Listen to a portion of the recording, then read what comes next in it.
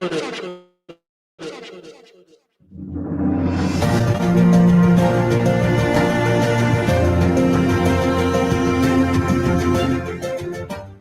Excellency, George Weah, President of Liberia.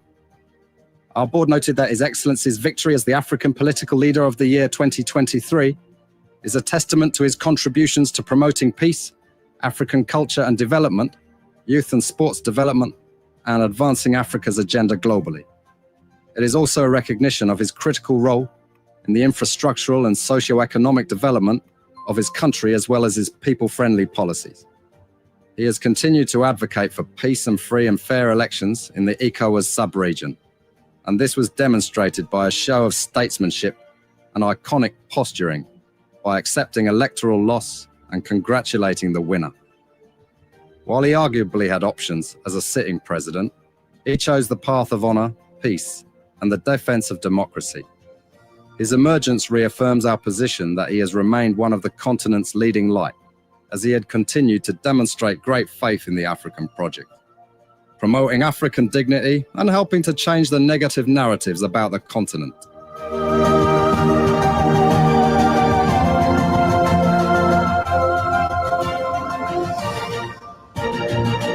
Before we could become journalists today, we are citizens. If there is no way that our country is safe, we cannot practice in our respective professions. When we are at war, pastors will not be respected to go to church to preach. When we are at war, medical doctors will not be able to go to hospitals except on a coercion or sanitary condition. When we are at war, lawyers will not be able to go to court to practice. That's why when you see these things happening, whether you are a lawyer, whether you are working a profession, you got to step down and protect your country so that that country will provide an avenue for you to be the kind of person that you want to be. And that's where we are now. What happened on yesterday was wrong. It's still wrong, and no matter what it is wrong. We are seeing things happening in this country, and people are now seeing it as being right because the Asa is there. And these are things that we got to be stand up. To be a patriot, you have to stand first on the side of the law, because the politicians will go away. The regime will pass away, but your country will stay. The law will stay. Your patriotism vow will continue to stay on. And these are things that we got to stand up for. It doesn't matter how people feel, what kind of side you want to be on. We just got to speak to the truth, and that is very much important. I see in the next few months a nicer country, a very noisy country, rowdy country, a heavily divided country, a very tough economy, a sense of elitism by those who are coming at the hem of authority. The coming in of the Unity Party is going to multiply the economic woes, the economic conundrum, the economic quagmire, the suffering of the Liberian people is going to multiply. We are not prophets of doom, but the reality will come. Mr. President, recently we witnessed the demolition of the CDC headquarters in Commonwealth Town, which was carried out through a court order. How does the administration ensure that such enforcement action are done fairly and without political interference? The law is the law. It's not the government. It's the government implementation of the law. The police were ordered to do it, and they did it. If that demolition is removal of the people from premises that don't belong to them according to the law. Why will George Weah, who is tempted by Joseph Boakai, who was drowning in his Egypt land, who was dead, very red up, dirty, stink. You could find him passing around, practically dead and useless. Why will such a man conduct make you wear vex that you will struck the work and then lose God's own mission to take you to the promised land? That was the test of time today for George Weah. If George Weah had reacted, he would have fallen in the place of Moses. The Liberian National Police commends the Congress for Democratic Change for the discipline, calm, and statesmanship demonstrated during the recent eviction process. Your respect for the rule of law, despite the deep sentimental value and history attached to the property, reflects a maturity that strengthens Liberia's democracy. This movement is not only a testament to CDC's leadership, but also a reminder to all political institutions and citizens that our democracy grows stronger when lawful decisions are honored peacefully. Today, you have a rebel police director who thinks that he has arrived. And the worst thing about all these people, they all benefited from the magnanimity of George Weah. Ranging from people on the bench of the Supreme Court, they got letters from George Weah. If some of them choose to pay him back with evil, it's up to them. The very Gregory Comer today, he worked in the previous administration when Weah came. He also got another letter again. If he chooses to do what he's doing, it's up to him. But one thing I can tell you for sure is this is how we had always been molded. That's how God has already molded Weah and catapult him into success. He will suffer rejection, denigration, humiliation. That has been his life. How can you make somebody who has been down the line their shame? The person has gone through shame. They have gone through disgrace. They have done everything they cared. Whatever people thought and were laughing at them, they surmount everything and catapult themselves into becoming someone who is towering that the whole world can look at today. What more can you do? You think you're bringing that person down? You're just hurting yourself. In fact, what you are doing, you are destroying yourself. You know what it takes for you to pride in yourself of being bad? When people are looking for good image, you are happy in becoming a bad person. George Weah would never, ever buy in to your tricks. George Weah would never, ever buy in to your tricks. George Weah would never, ever buy in to your tricks. George Weah would never, ever buy in to your tricks. George Weah would never, ever buy in to your tricks. George Weah would never, ever buy in to your tricks. George Weah would never, ever buy in to your tricks. George Weah would never, ever buy in to your tricks. George Weah would never, ever buy in to your tricks. He would never, ever. This government assigned security to the former president's house. This government is capable of bribing any of its security to plan any evil in the former president's house. This government has done so many things that have questioned the credibility of the president. They have manipulated the law. They have manipulated security. The president has interfered with investigations of other issues that we know of. There's nothing this president cannot do to make sure that George Weah is out of the way so the United Party can continue to maintain the presidency. Of other issues that we know of. There's nothing this president cannot do to make sure that George Weah is out of the way so the United Party can continue to maintain the presidency. Know of. There's nothing this president cannot do to make sure that George Weah is out of the way so the United Party can continue to maintain the presidency. Cannot do to make sure that George Weah is out of the way so the United Party can continue to maintain the presidency. Nothing this president cannot do to make sure that George Weah is out of the way so the United Party can continue to maintain the presidency. Nothing this president cannot do to make sure that George Weah is out of the way so the United Party can continue to maintain the presidency. Nothing this president cannot do to make sure that George Weah is out of the way so the United Party can continue to maintain the presidency. There's nothing this president cannot do to make sure that George Weah is out of the way so the United Party can continue to maintain the presidency. Nothing this president cannot do to make sure that George Weah is out of the way so the United Party can continue to maintain the presidency. Nothing this president cannot do to make sure that George Weah is out of the way so the United Party can continue to maintain the presidency. Nothing this president cannot do to make sure that George Weah is out of the way so the United Party can continue to maintain the presidency. Nothing this president cannot do to make sure that George Weah is out of the way so the United Party can continue to maintain the presidency. But I can tell you, this is a bad example. CDC, get ready for George Weah to come back. But for you to be ready, you want George Weah to come back? You want George Weah to come back? Yeah. Each and every one of you got to go out in the street and start recruiting. You go in the community where you live and start recruiting. 2029 will be at the polling station.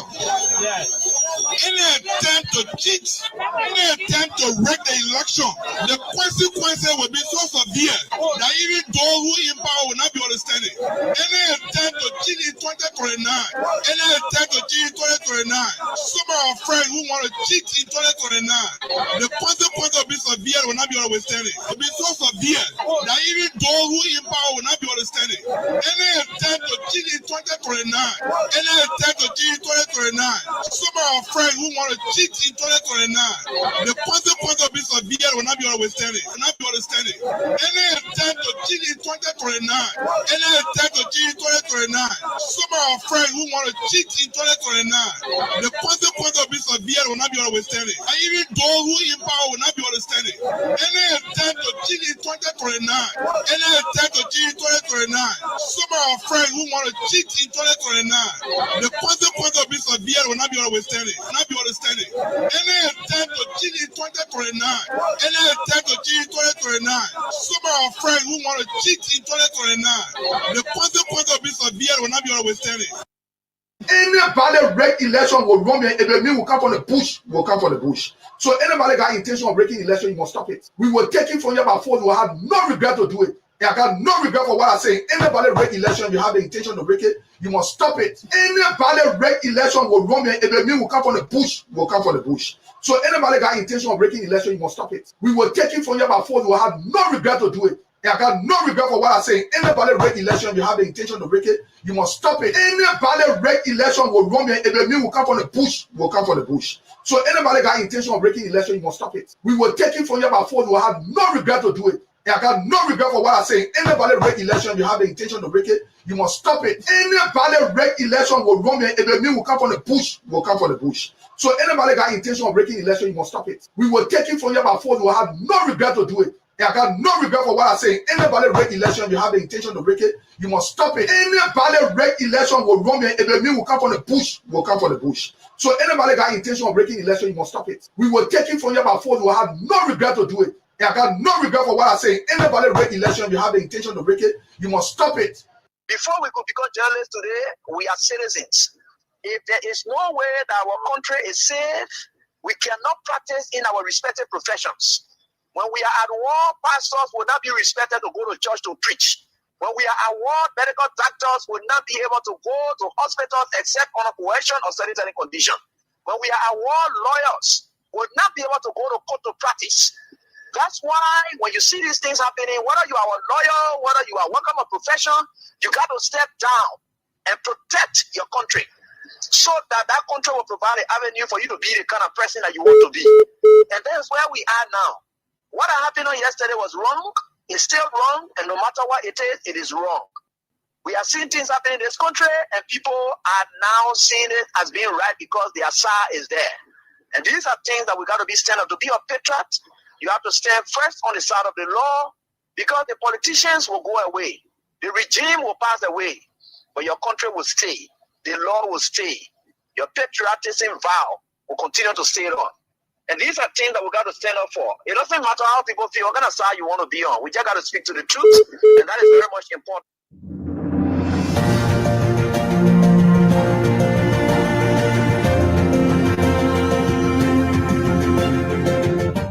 His Excellency, George Weah, President of Liberia. Our board noted that His Excellency's victory as the African Political Leader of the Year 2023 is a testament to his contributions to promoting peace, African culture and development, youth and sports development, and advancing Africa's agenda globally. It is also a recognition of his critical role in the infrastructural and socio-economic development of his country as well as his people-friendly policies. He has continued to advocate for peace and free and fair elections in the ECOWAS sub-region, and this was demonstrated by a show of statesmanship and iconic posturing by accepting electoral loss and congratulating the winner. While he arguably had options as a sitting president, he chose the path of honor, peace, and the defense of democracy. His emergence reaffirms our position that he has remained one of the continent's leading light, as he had continued to demonstrate great faith in the African project, promoting African dignity and helping to change the negative narratives about the continent.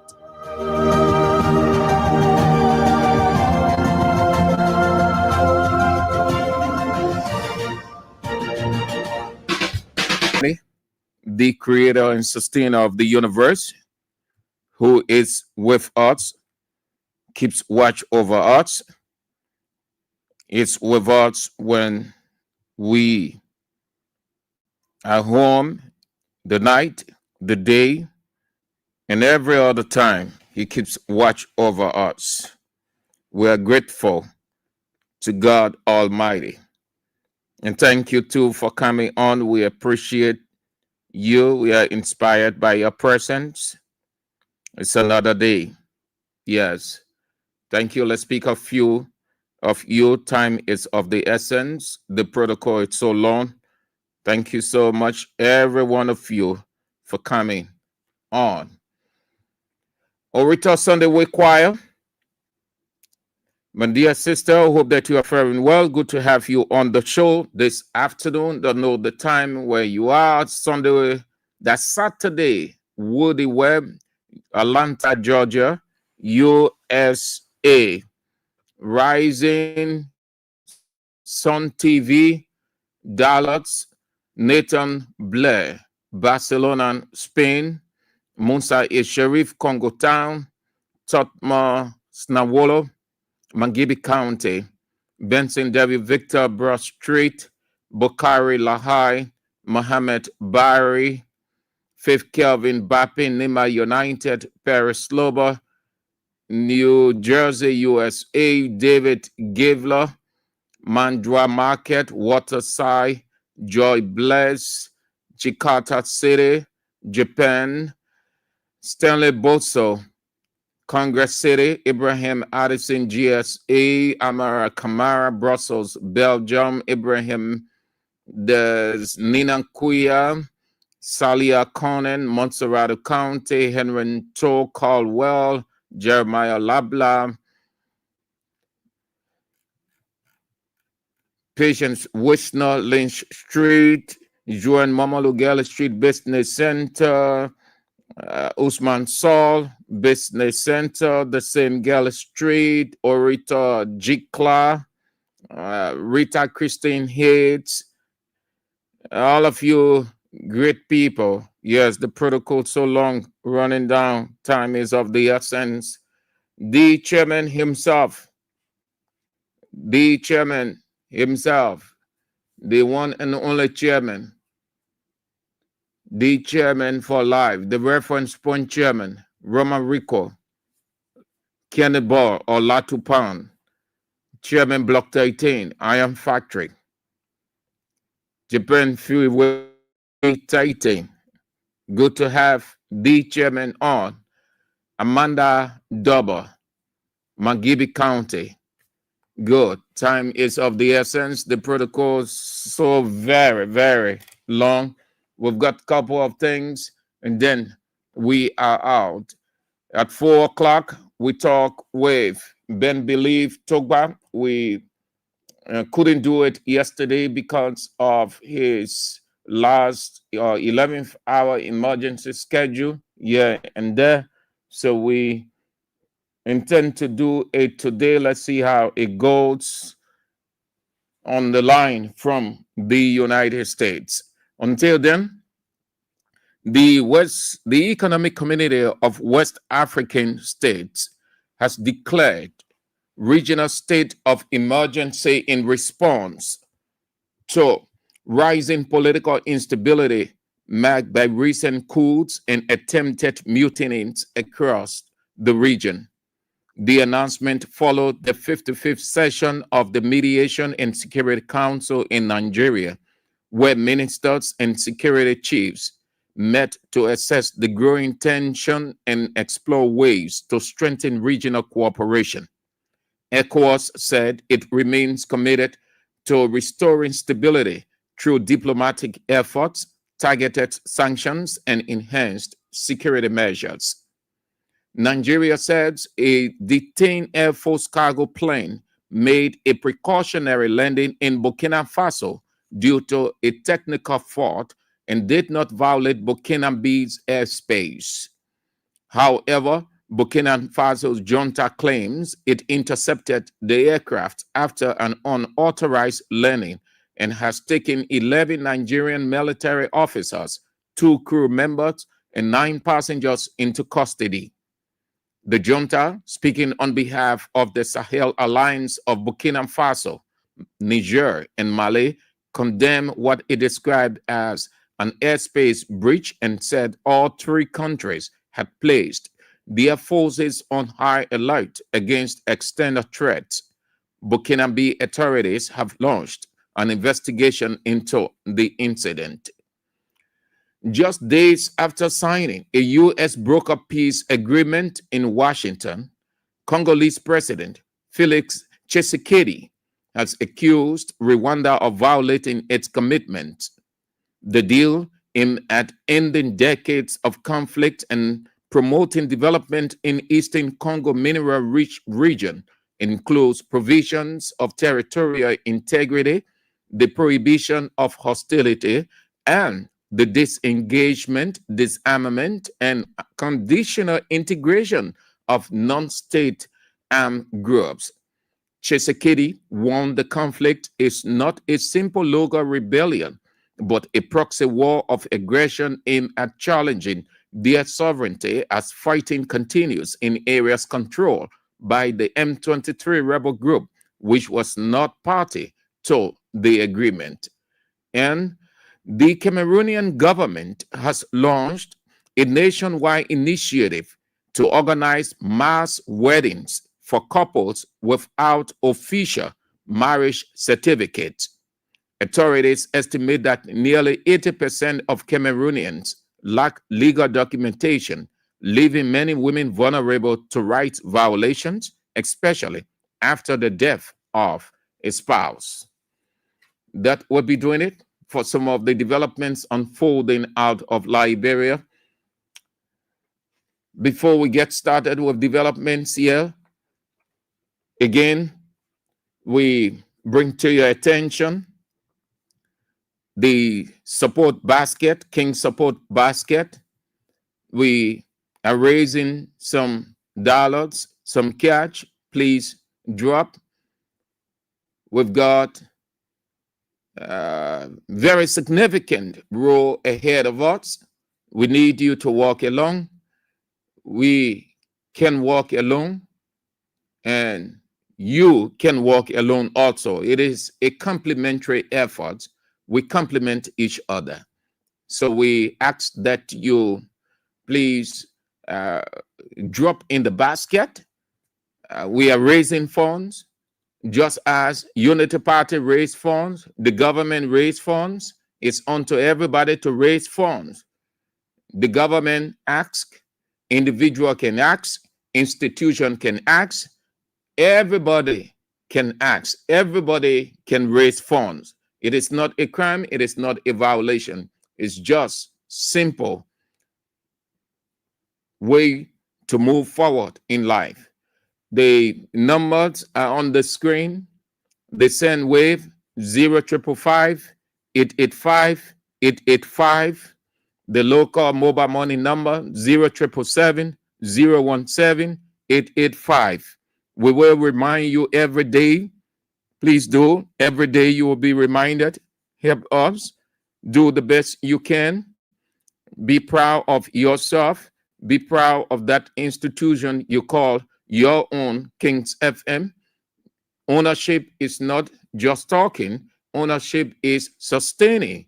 When there is the sustainability, then you have every reason to brag and boast that this is your institution, this is your radio station. It's because you have a say in the sustainability of that institution. So we will need you, as you have always been. Continue. Just drop it. Let's raise some money. Yesterday, you try. We do it. Every day we'll raise funds. Every day. Just as Unity Party government wants to raise funds every day. And if they can raise funds every day, 7 days a week, ain't no crime. But where the money will be coming from, they should not take government money. But they can raise funds as many times. So we can raise funds as many times as we can. So every day is a fundraising day. Every day, yesterday, today, tomorrow, all the way. Every day is a fundraising day for us. We have our basket. We can raise 1.3 million because we're not at the level of Unity Party, but we can raise what we can raise as per your goodwill. So please, as we go on, drop in the basket 0555 885 885. That's the send wave out of Liberia number. The mobile money number for Liberia, every one of us here, 0777 017 885. Let's get to what we've got on our plate. Yesterday, we talked about that devastating incident that occurred on December 6th, right after Unity Party fundraiser. Truly, the government is associated with fire. Fire is associated with the government. This is the first government in the history of Liberia since its ascendancy. Dozens of fires and destructions and deaths. That tells you of a damning future. The country has to be very careful. Just yesterday, when I say yesterday, I mean December 6th, Unity Party got through and then fire. The eve of Unity Party launch, there was fire. The building on Ashmore Street, how they call that? They say Obai or whichever. Sorry if I'm not pronouncing it well, but the event is what important. On the eve of the fundraiser, there was fire. After Unity Party got with the fundraiser, fire again. The president came to power, fire all over the place. It lasted for several months. People just could not understand what was happening. Institutions of all kinds, office, houses, business centers, churches, all were on fire. So on December 6th, the fire at Seti Brothers industrial plant. The fire service tried the best they could.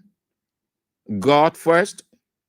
We must acknowledge God who was present and did what he could do in his capacity. And then there was the human response from the communities. They did extremely well. The residents nearby, external, came.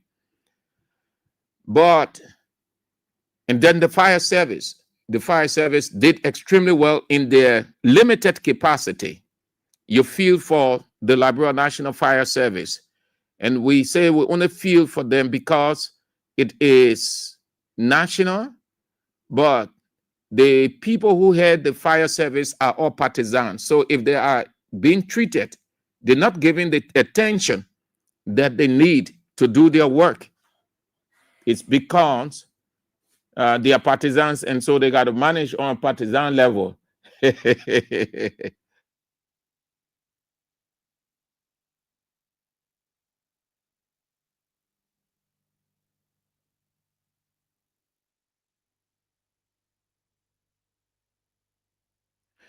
Yeah. Now, what has left? The chemical spill into nearby areas. This smoke has engulfed the entire district. That's District 18. District 18. But where Seti Brother is geographically is the central part, right on the road. Right on the road, you can stand on the road and see the industrial plant. So there is the chemical spill, both on the ground and the smoke, the dark smoke that hovers the air or saturates the air. The people are they are compelled to use masks, though not all. But until we can reach to the point that this country, the foreigners will know that they are foreigners and they are lords here. As we speak, from that day, December 6th till now, the owners of the place, Seti Brothers people, the Indians, they are showing no remotes whatsoever. They have no time, as if nothing happened, or it did not affect the community, or it is not affecting the community. These white skins are very dangerous people But you will not blame them. They don't do it in other countries because the government in that country don't tolerate.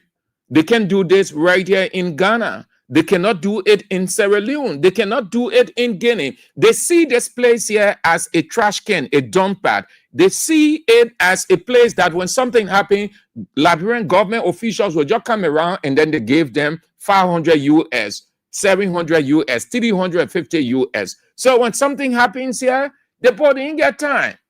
They don't want to know. The people have, the district has representative.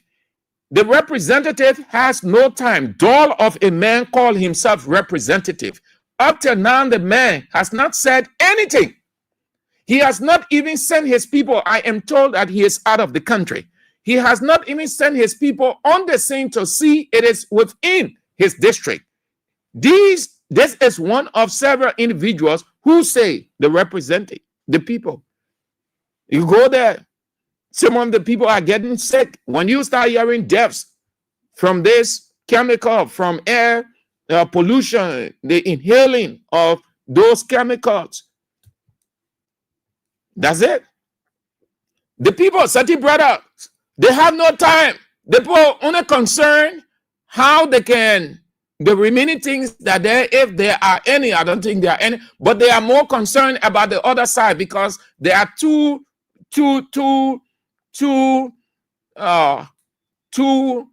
how should I call it? Let's just say two arsenals, because everything inside there, they're chemical. Chemical is where you keep weapons of all kinds. That weapons, all those things are weapons. See, oh God, the guys showing no concern whatsoever. Those brown skin, white skin, to even go in the community and ask for the community leadership and to firstly express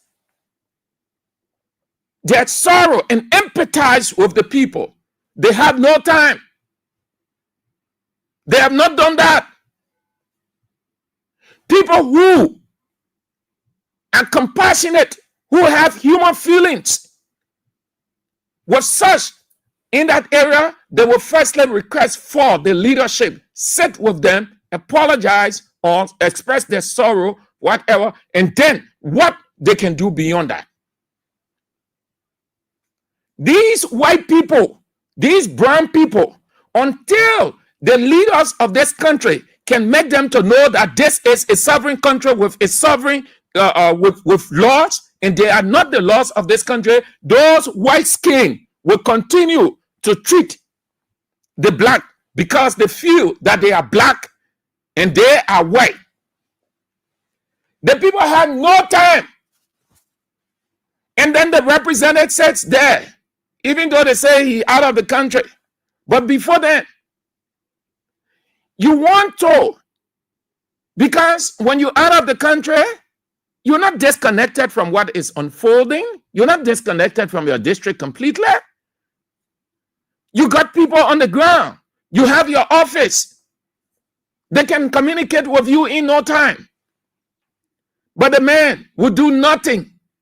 In fact, I am told that Representative Edward Papi Flomo, that's his name. Thank you, my dear, for giving me his name. That identical place where Seti Brothers industrial plant is, I am told that he said the people never voted for him over there. If people ever voted for him, was less. So he pays no attention to that place.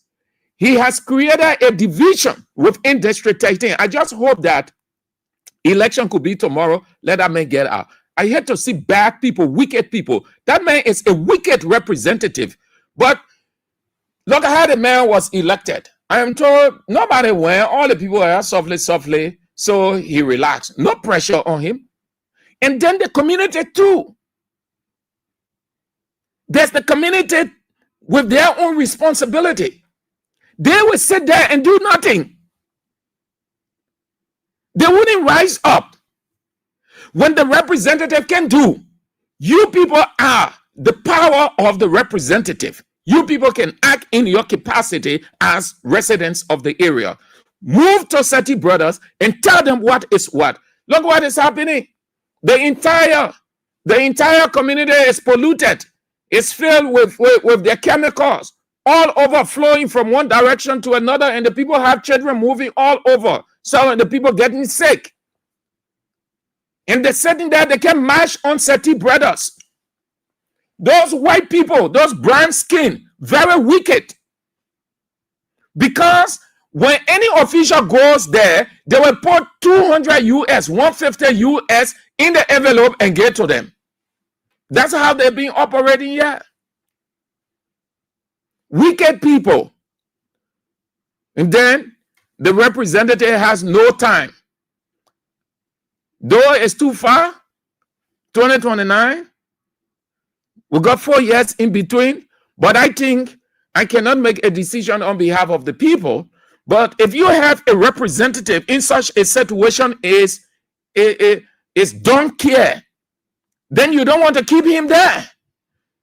You people have to start rising up, meaning getting ready to vote that man out. It better you live with the devil than you think you're living with angel, and the angel has devil instinct. You need to raid. You take that Edward Papi Flomo man from there. The man neglected you. You people confess it. So you see what the man did. The man has no time. When he comes, he will take money from those people. And he just say, oh yeah, and you know, and he can hardly talk good. Does not even know how to express himself.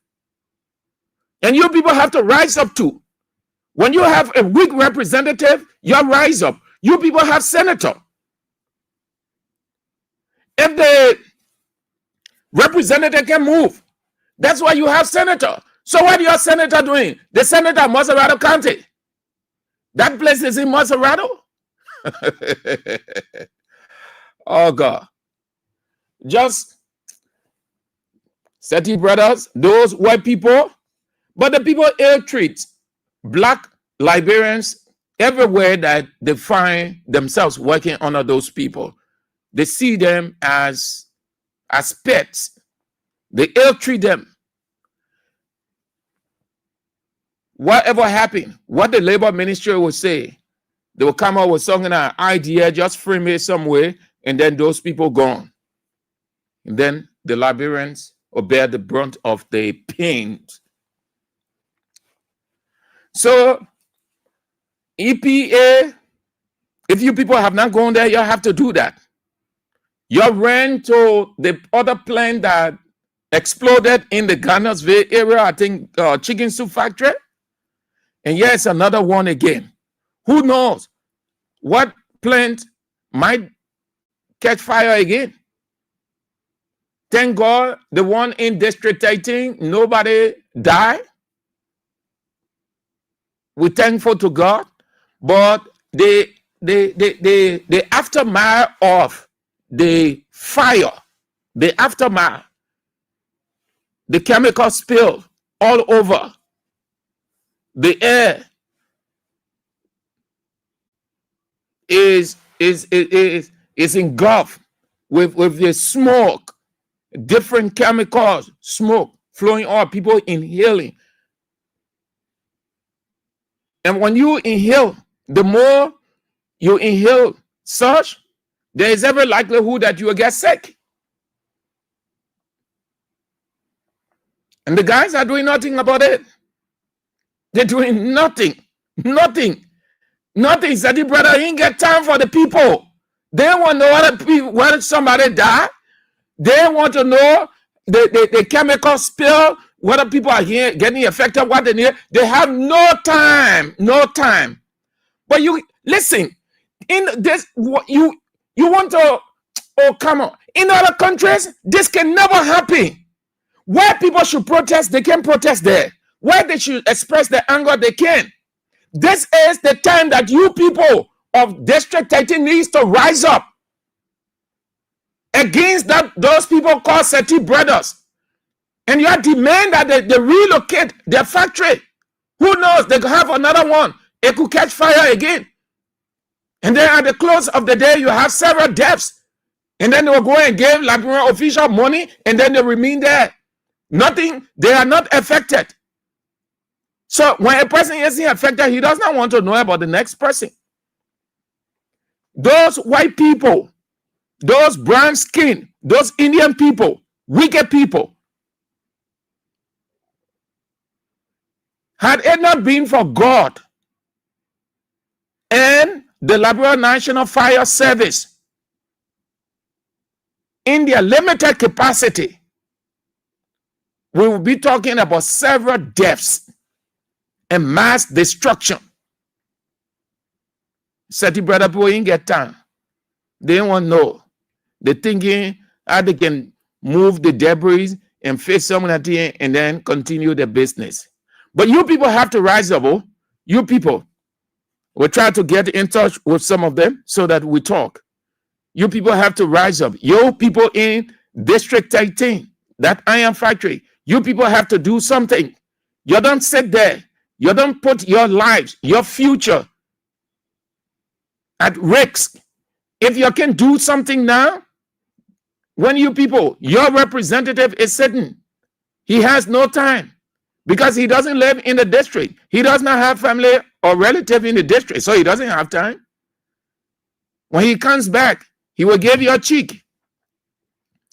That will be doing it for that. Let's move on to the House of Representatives. They did a discussion and they want to create additional 14 districts. 14 districts. They want to create 14 districts. There is 73. So when you add 14 to 73, that's 87. 87. So they want 87 districts. It will now go to the Senate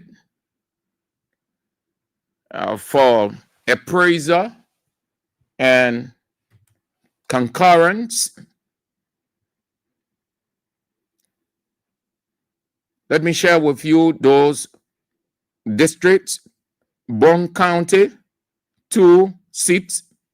Grand Bassa County, 1. Grand Cape County, 1. Grand Jide County, 1. Lofa County, 2 seats. Mangibi County, 1. Montserrado County, 4 seats. Nima County, 2 seats. That means 2 districts will be created in Nima County.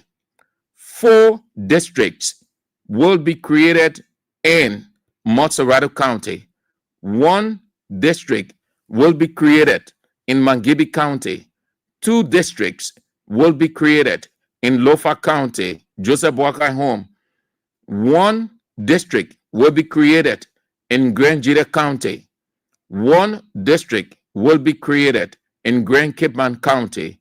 1 district will be created in Grand Bassa County, and 2 districts will be created in Bone County. So Bone County will have, if it meets the concurrence, meaning the agreement or approbation or approval, if it meets the concurrence of the Senate, then it will then move to the second part, which is the demarcation process. Then Bone County will have additional 2 seats to what they already have. Grand Bassa 1 to what is already, and then Montserrado County will have additional 4 to what they already have. That will take us to the Ministry of Information rant confession. Then we bring on Ben Believe Topa. The Minister of Information have always said that George Weah messed the country up. Based on that, they said that George Weah would not come back into their house again. They would not state in their argument where Ellen Johnson Sirleaf, what Ellen Johnson Sirleaf did. They would not state it because Ellen didn't do much, if she ever did anything. Electricity? No. Ellen came out rhetorically and said, small light today, big light tomorrow. Meaning you manage your expectation with the smaller ones that you have, there is the hope for a bigger one. So you use the small one to be hoping for a bigger one. That's what she meant. Small light today, big light tomorrow, which was empty. It was in Jeremiah Pia time. And Jeremiah Pia was at the very Ministry of Information. He saw how, under Ellen Johnson Sirleaf, the country lived in darkness for those 12 years. He saw how they manipulated that hydro, meaning the corner Ellen.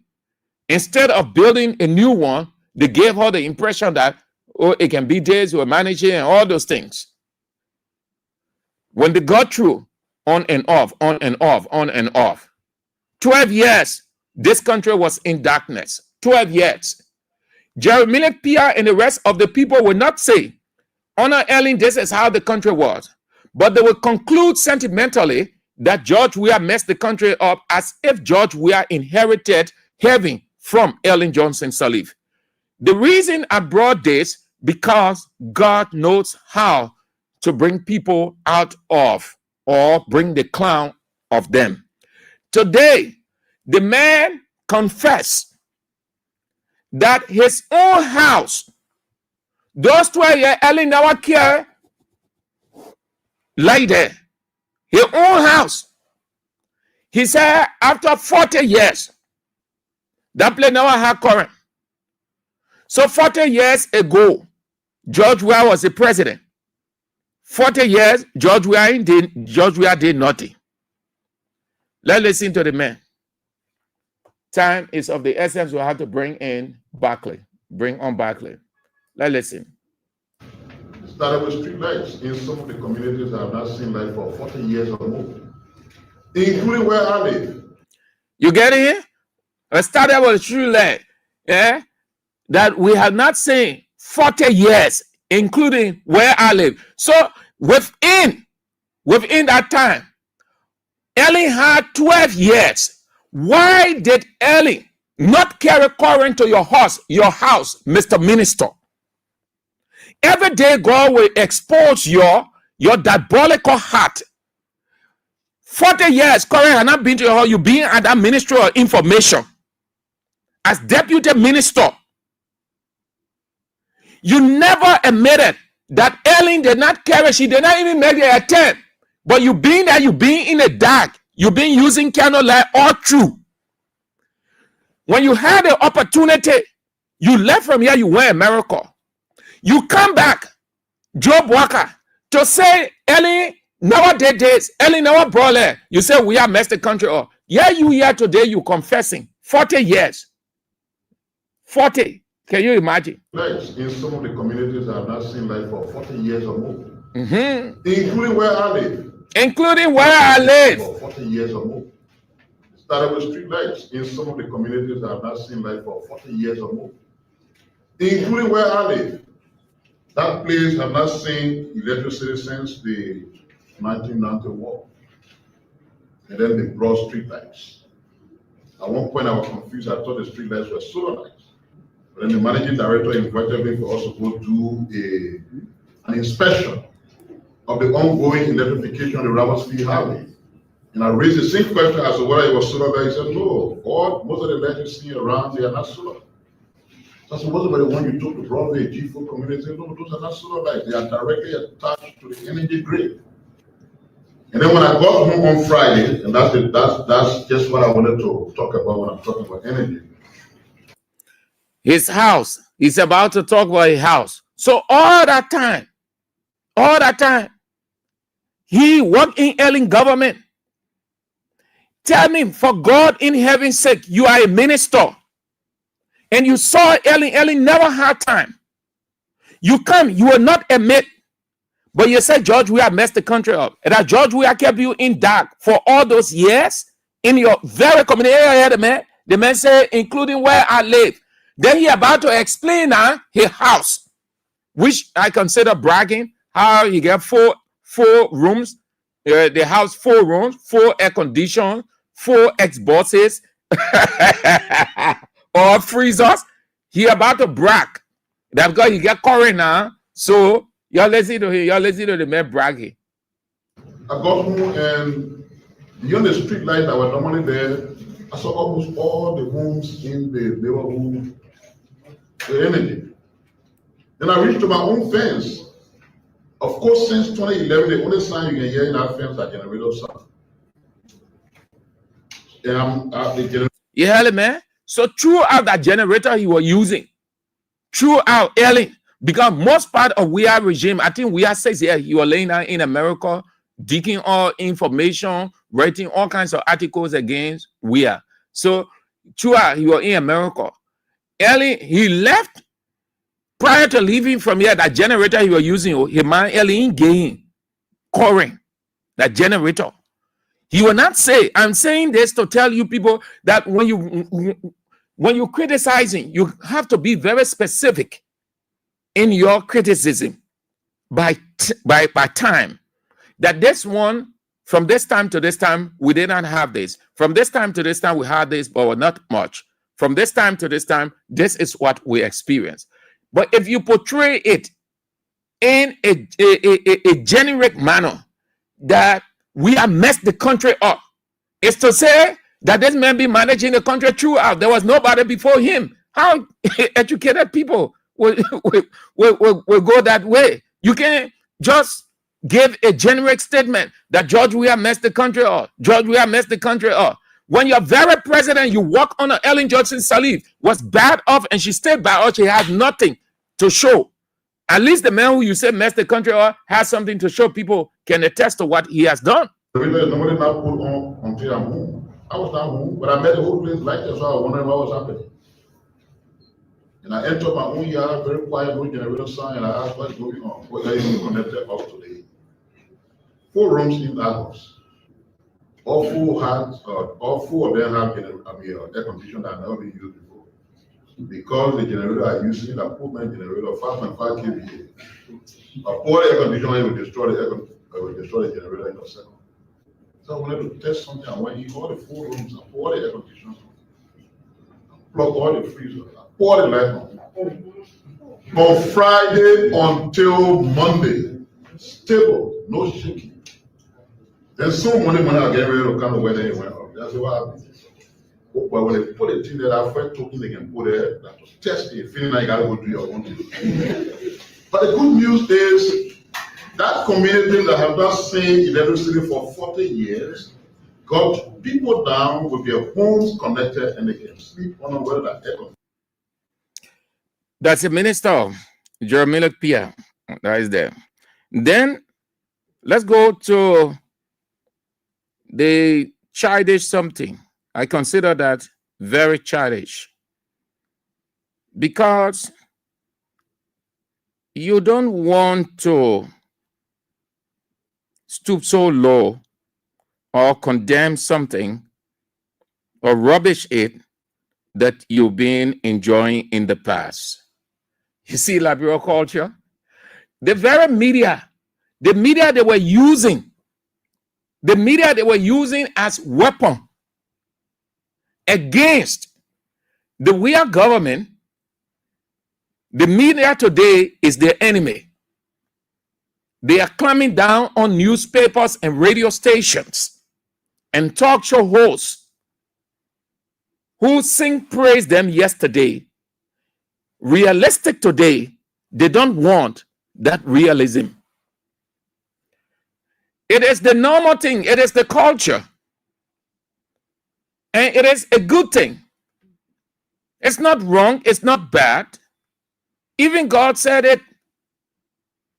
Everyone who does something good deserves an honor.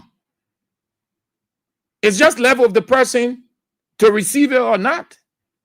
If people say, oh, Kings FM, we like how you people do XYZ, we are honoring you, it's good. It adds to your CV. CV is not only your academic record or anything that aspires to you. It's your CV. There's nothing wrong with it. They honor people. That's it.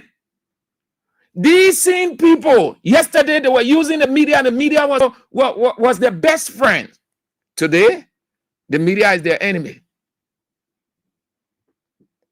Front Page Africa did the annual grading.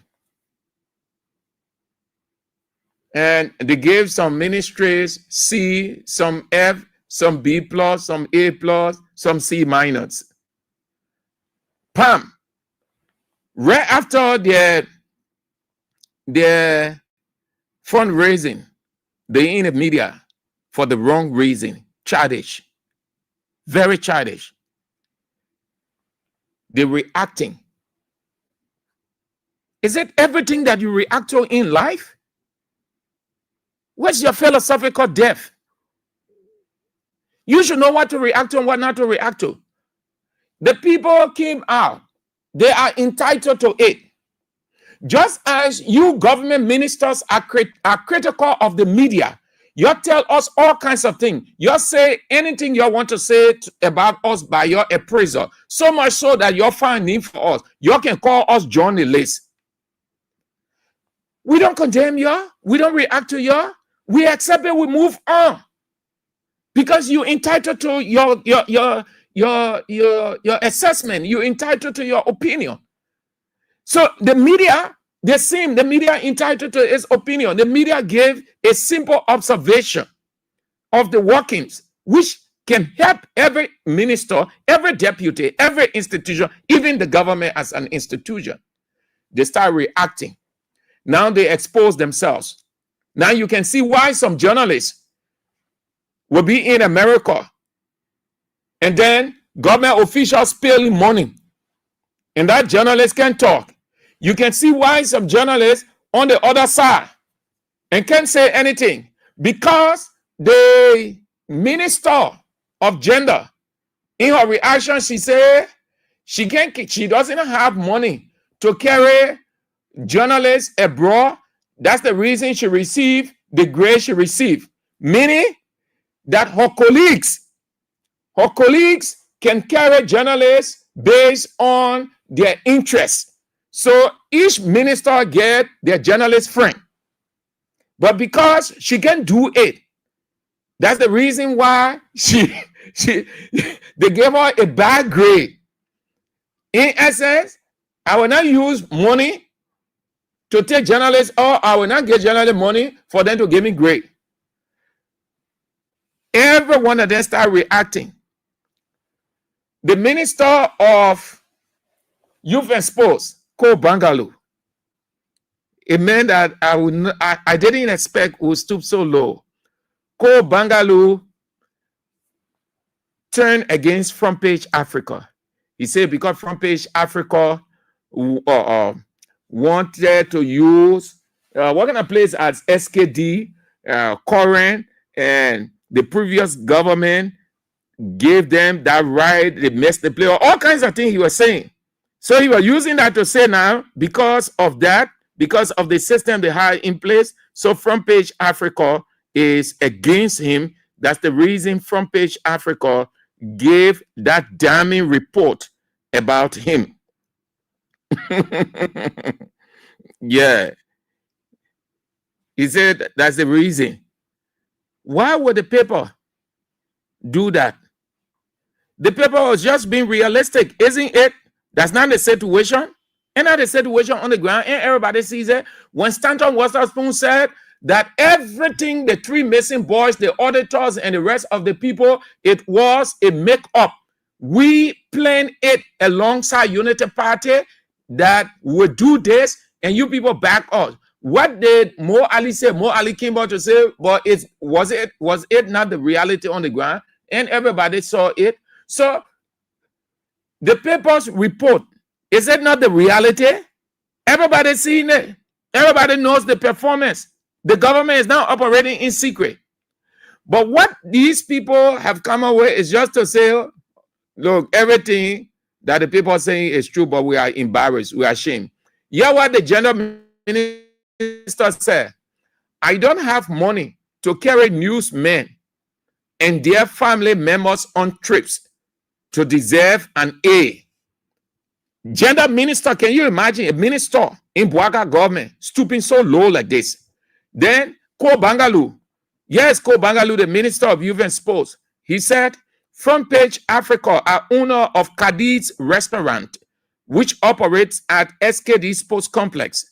They insist as long as the Ministry of Youth and Sports refuses to supply them LEC current free of charge, like the previous administration, we will continue to score F per their standard. Well, so sorry.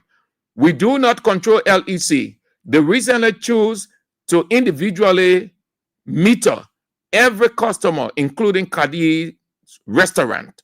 Besides, we refuse to ever become students that will buy grades.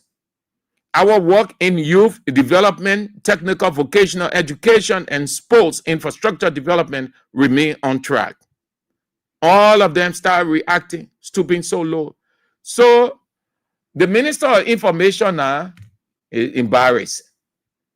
Today, he said it was not right at all. But at the rescue, when you think that you know too much, you stoop so low to petty things. You critique people. So people shouldn't critique you. Why do you rescue people so dull of reasoning so? Everybody critiquing everybody. So when you call us all kinds of names, you say anything to us, whichever way. Must we come and say things back to you? No. You gave us damning descriptions. When it's not in your favor, you say you call us join the list. Meaning we're not professional. We're not school. We're mechanical. We know nothing. We accept every criticism. Because that's how you grow in life. But you people call yourself government ministers and people who are highly educated. You're stooping so low.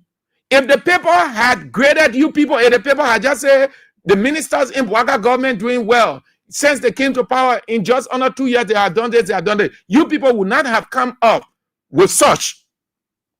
You people would not have come up with that attack against Front Page Africa. What's that? You call yourselves ministers. Forget about the title, but simple reasoning. You're listening to Pierre. He got uncomfortable. Some will start to name individuals that they call Minister of the Year, Director General of the Year. They'll call them differently. Some will be the jack of all trades. They know everything that will be happening in all ministries, and therefore they will attempt to create those ministries. But what we need to be mindful about is that everything they are all doing, whether they're choosing Minister of the Year, whether they're giving somebody FDO, it is simply their opinion that does not require any force. What they say is just what they think. Somebody can come and say Minister Pierre is the Minister of the Year. A lot of people can come and say Daniel Sando is my Minister of the Year, or the Minister of Health is my Minister of the Year. The problem is when you start to give it the attention that it does not deserve, then you try to embolden people. But one of the reasons why I want to talk about it is that I see it also as an attempt to cause discourse amongst government officials. Why do I say so? I have seen a number of reactions on social media since one of the people said they were doing who passed and who failed. And some officials of government are responding in a way that sends an indirect attack to other government officials. Then you aiding them to do just what they want to achieve. You run your ministry, you know what your mandates are. You know what you're doing. I give you an example. We came here into a scattered ministry. Nothing here. This week, the buses for our employees will be brought here on the compound. You walk into the building, you see how it has been changed from one thing to another. So you think I really care? Somebody say me I get F. You who come here every day, you don't get R to C. And that is supposed to be something that bothers some of us. And we throw in our walls that by extension is extending to some of our officials. Like I read one comment, me and I get money to carry family members and generally to trip so I can get A. So if I got A and my fellow cabinet colleague is making that kind of comment, I feel you also referring to me. And that's emboldening people. So I want to really appeal to them. This is traditional. This is always happening in the media space. Individuals will give themselves authority to know everything about the various structures in the government and attempt to grade them. Let it be that their opinion. That's what makes this thing a democracy, where everybody got one piece of opinion. But doesn't necessarily mean that it's a fact, that you're supposed to be bothered about that. If somebody's right out bothers you, then you've been bullying that person already. And that is the message I wanted to send to government officials, my colleagues, because they will continue. They feel cabinet will go to that, managing director will go to other people. If care is not taken, you start unnecessarily attacking yourselves. That's it. Let's take few calls as quickly as we can. Then we'll bring on our guests. 0772 23 99 33 0886 30 44 97 0777 98 0375. You don't want to hang on the line so I don't cut you off. Go straight to the point. Let's take a couple of calls and then we can bring on our guests. Hello. Good afternoon. Good afternoon. Yeah, hi, good afternoon. And good afternoon to the peace loving people of Great County. This is something Nimle Bravo. I do join you from my former bridge there. Chief, thank you for the topic on discussions. You know, the ministers in the government, they don't do it well. All of them, they don't perform it. You see, yesterday when it happened, they were clapping. But today now, they grade some of them. They grade them, someone else go S, someone else go C. They coming out now to go against the media. But then it's not straight to us. We know that how they will do that. But then I want to follow something for you. They all they show that they're coming out or are never yet going to the Gregory is boss chief. That's the list I read to you. If they had Grand Crew or any other county, you have heard it. Okay. Thank you. Hello. Yeah, good afternoon, Mr. Andrews. Good afternoon. Thank you, Mr. Andrews. I'm Spencer Mohammed, and I call for my talk for Council Spoon Hill, Winter Community. Mr. Andrew, this thing is very glaring. I think the confession by Senator Waterspoon that everything the guys did over the last 6 years, it was done intentionally, it is proven by the day. Those guys were the same people using quote-unquote or how do you call it, credential on it around here just to get you out of government official. Using the same report, laboring on legislature and mobile lawmakers. Today, anything happens to them, they are coming up with this French defense. Look, these guys just meant to come and loot this country. They had their looting. They did not come with any different goal. But because everything they did over the last 6 years, it was just about hit. That's what we are saying today. So, Nigerian people, that's what we voted for. That's what we are seeing.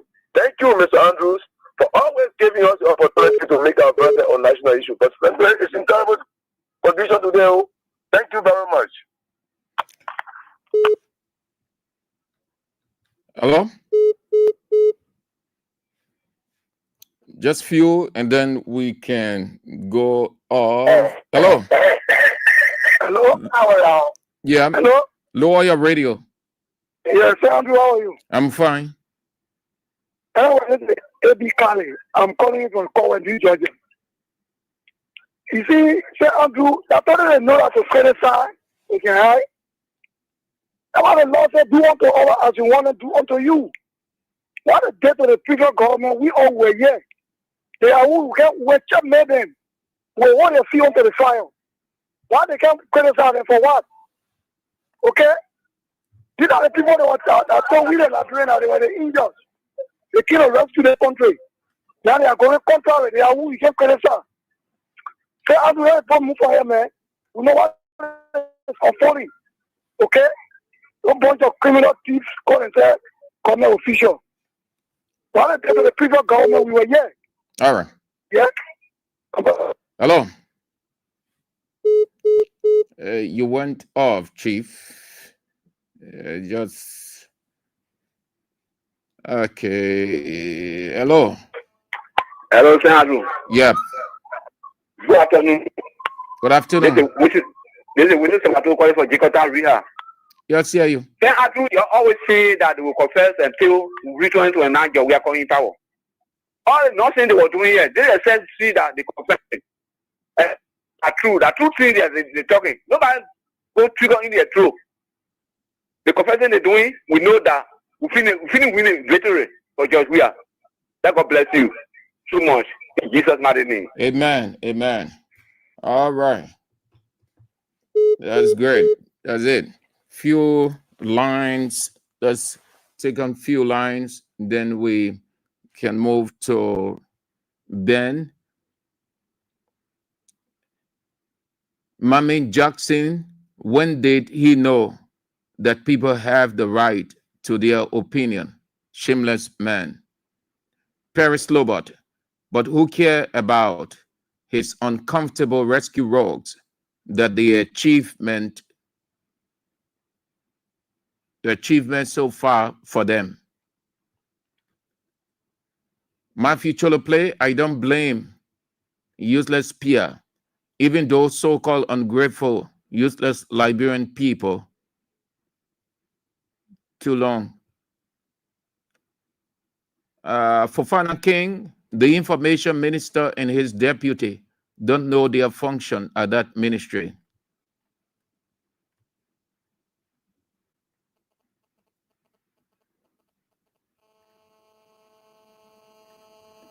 Rising Sun, those people are not white. I consider them Arab or brown skin, racist people, whatever.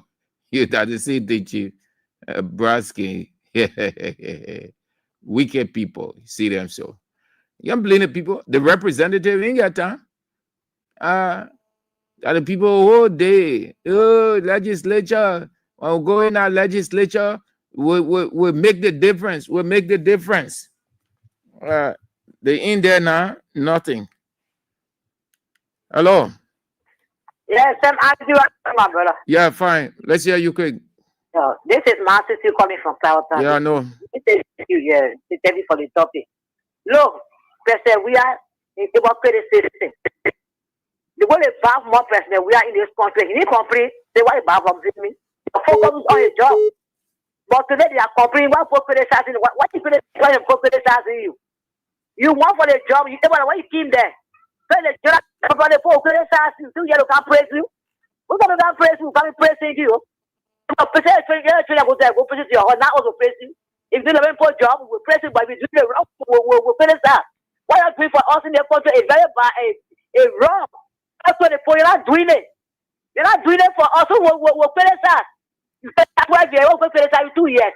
You can't do the right for educate criticize. And then for face here, with the mina PR business. All right. Let's go now. LRB. Oh, yeah. Criticism can help. Criticism not for fun. Words are powerful. Okay. So this is Real Talk. Kings 88.5. We can go now. Let's go to the United States and bring on our guest, Ben Believe Tukwa.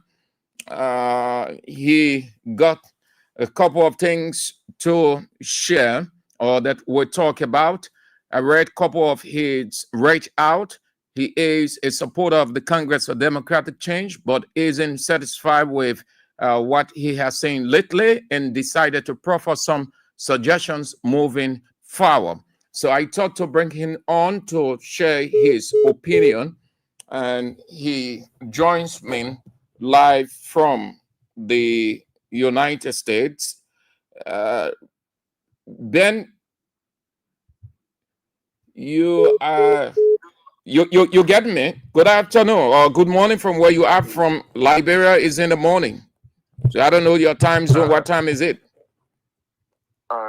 Greetings, Sam. Thank you very much. I'm actually currently on a business trip in Asia. Oh, okay. The United States. All right. Yeah. So thank you very much for having me on your show. Yeah, I read one of your posts just for the intro, and you express not really a bad feeling, but something very uncomfortable, and you thought to make a suggestion to the Congress for Democratic Change, specifically within the leadership, moving into 2029, something like a shake-up. You want to expand on that? Thank you very much, Mr. Andrews. I want to say this to the Liberian people and those listening, and I want to thank you for follow the show on a regular basis. Let me say this to you, Mr. Andrew. The CDC is on course. The party is well structured. I want to say salute to the political leader.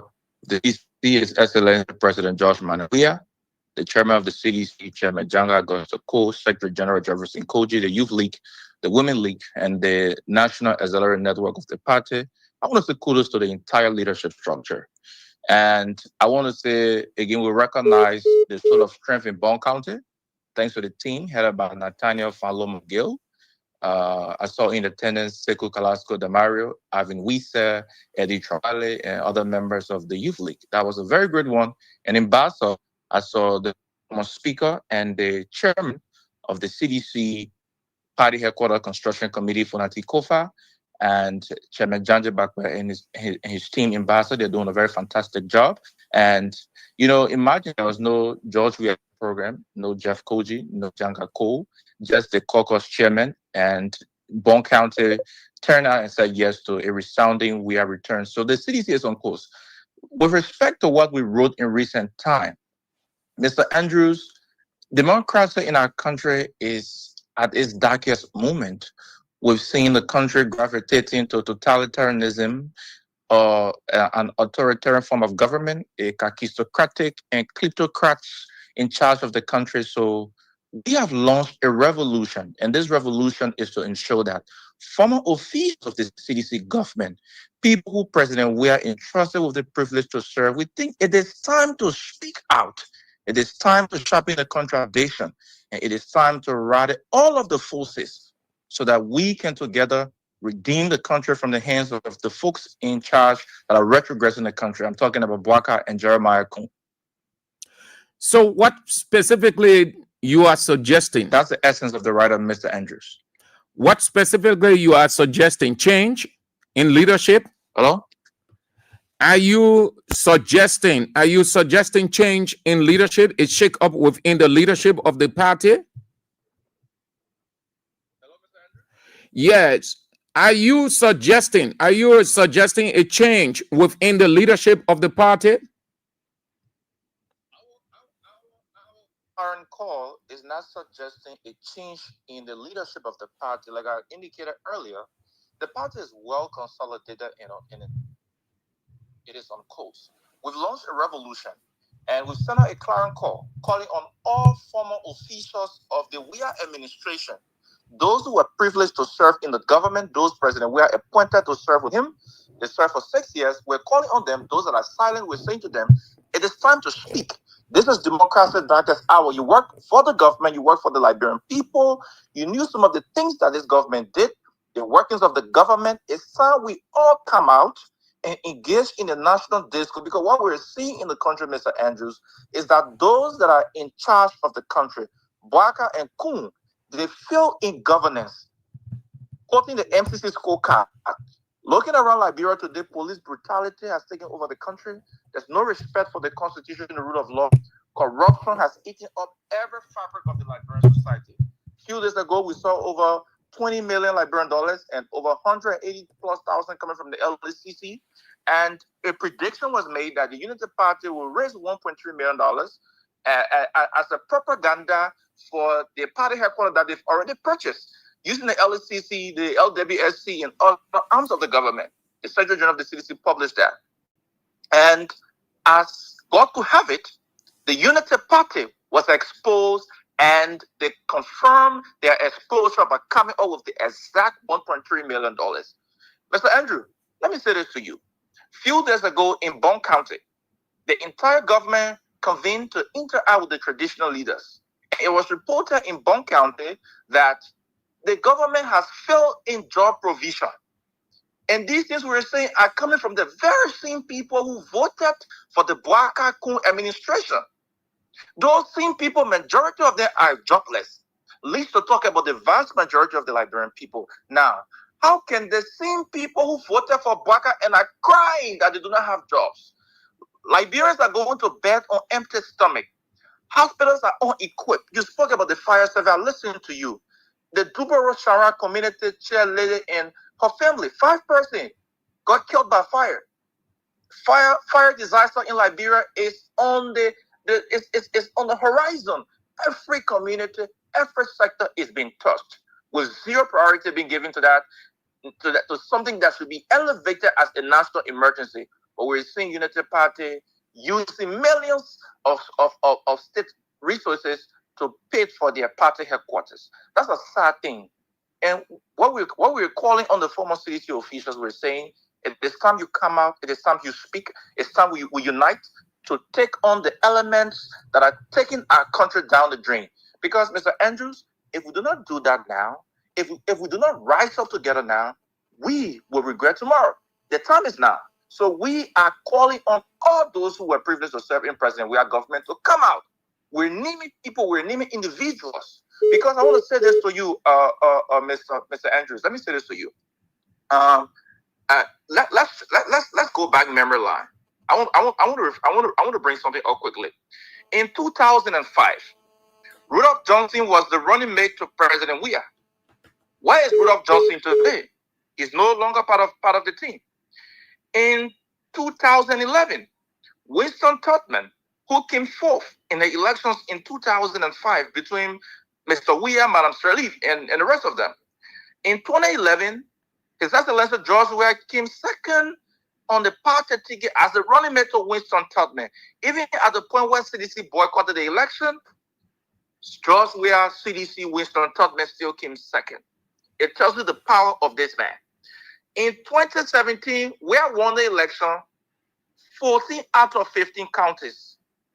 In 2023, the Unity Party narrowly managed to win the election with less than 1%. We're giving these statistics to tell you that President Weah has what it takes to defeat the Unity Party in 2029 on the first ballot. Now, what we're saying here, we are encouraging the former officials of the government, former affiliates of the CDC, and say this to you. This is not time to be silent. This is the time we rally the forces because President Weah is going to win the election. Some of you have good plans. Some of you want to work to ensure that the dream and aspiration of President Weah is seen, being actualized. So this is the time to come because if you do not do it now, the president is going to win the election. Liberia will be redeemed from the criminals gang of Joseph Boaka and Jeremiah Kun, and at that time you will not have a voice. So all we're doing now is to launch a revolution where seditionists can be proud and seize the moment so that together we can deliver a triumphant victory for President George Manuel Weah. But the CDC is on course. Let me say this to you, Mr. Andrews. The Unity Party, it took the entire hierarchical level of the Unity Party to converge on the 6th of December. Still, they could not send a resounding message across the country. It took the president, it took the vice president, Jeremiah Kun, it took the NPA boss, it took the entire arm of the government. But let me say this to you. When the CDC party headquarters was violated, was broken down, the CDC announced that we got the land. And President Weah said, we're coming to build our headquarters. So we're calling our people to make a way for the groundbreaking. That was not a mobilization that lasted for even a week. At least to talk about more. The Unity Party took 3 months to mobilize for December 6th. And you saw the turnout. That turnout is not the turnout when the superintendent of Margibi County Unity Party, O.J. Morris, will be coming. When the commissioner of Lackett Township on the Beaumont Road area will be coming. When the superintendent of Maryland, a Unity Party, the superintendent of Bond County Unity Party, the senators from the different counties. You have Vabla from Grand Cape Mount County. You have the MPA boss rallying people from Bummy. So the Unity Party government, what they did on the 6th of December was using everything they have, using state resources, state securities, and everything to bring their people out from the 15 counties. What you saw over there was Unity Party highest strength that they can ever pull. It showed how fast the Unity Party has diminished, Mr. Andrews. They are done. You want seditions, you want supporters of the party to speak out. What specifically, how do you want them to speak out that they should checkmate the government 24/7, bring out those excesses, issues of corruption, and a lot more? Well, Mr. Andrews, you hit the nail on the head with those brilliant inquiries. Let me say this to you. Those are the contradictions. Too many things were done under the Weah administration. Let me say to you, where is Ruth Coca-Collins, the Minister of Public Work? President Weah paid for all of the road construction that the Unity Party government inherited. Let's begin with the nation capital. The corridor from the Gabriel Tucker Bridge to St. Paul Bridge area, that road project was paid for. The road connectivity from Nimba to the southeast, the roads were paid for. As we speak, the expansion of the Rabat International Airport road to an international standardized four-lane road was paid for by the Weah administration. The overhead pass that is being constructed now in the country, that overhead pass was negotiated by the Weah administration. In fact, property owners along the Tottenham Boulevard were duly compensated lawfully by the Weah administration. The high schools across the country, some that were dedicated in Nima County. In fact, Joseph Boaka and Jeremiah Kuhn even lied that the school in Nima County were built by the former government, Salif. It took the international partner to say this is not true. This project is an initiative of the Weah administration. As we speak, Mr. Andrew, why is Dao Ansusoni, the Minister of Information in the Weah government? He presided over the Ministry of Education. He's not speaking. This is democracy darkest hour. They are silent. And let me say this to you. Let's go to the Ministry of Public Work. I brought Ruth Coca-Collins. Let's go to the Ministry of Health. Let's go to different sectors of the country. So what we're saying, those people, it is proven, the Unity Party, they fail in governance.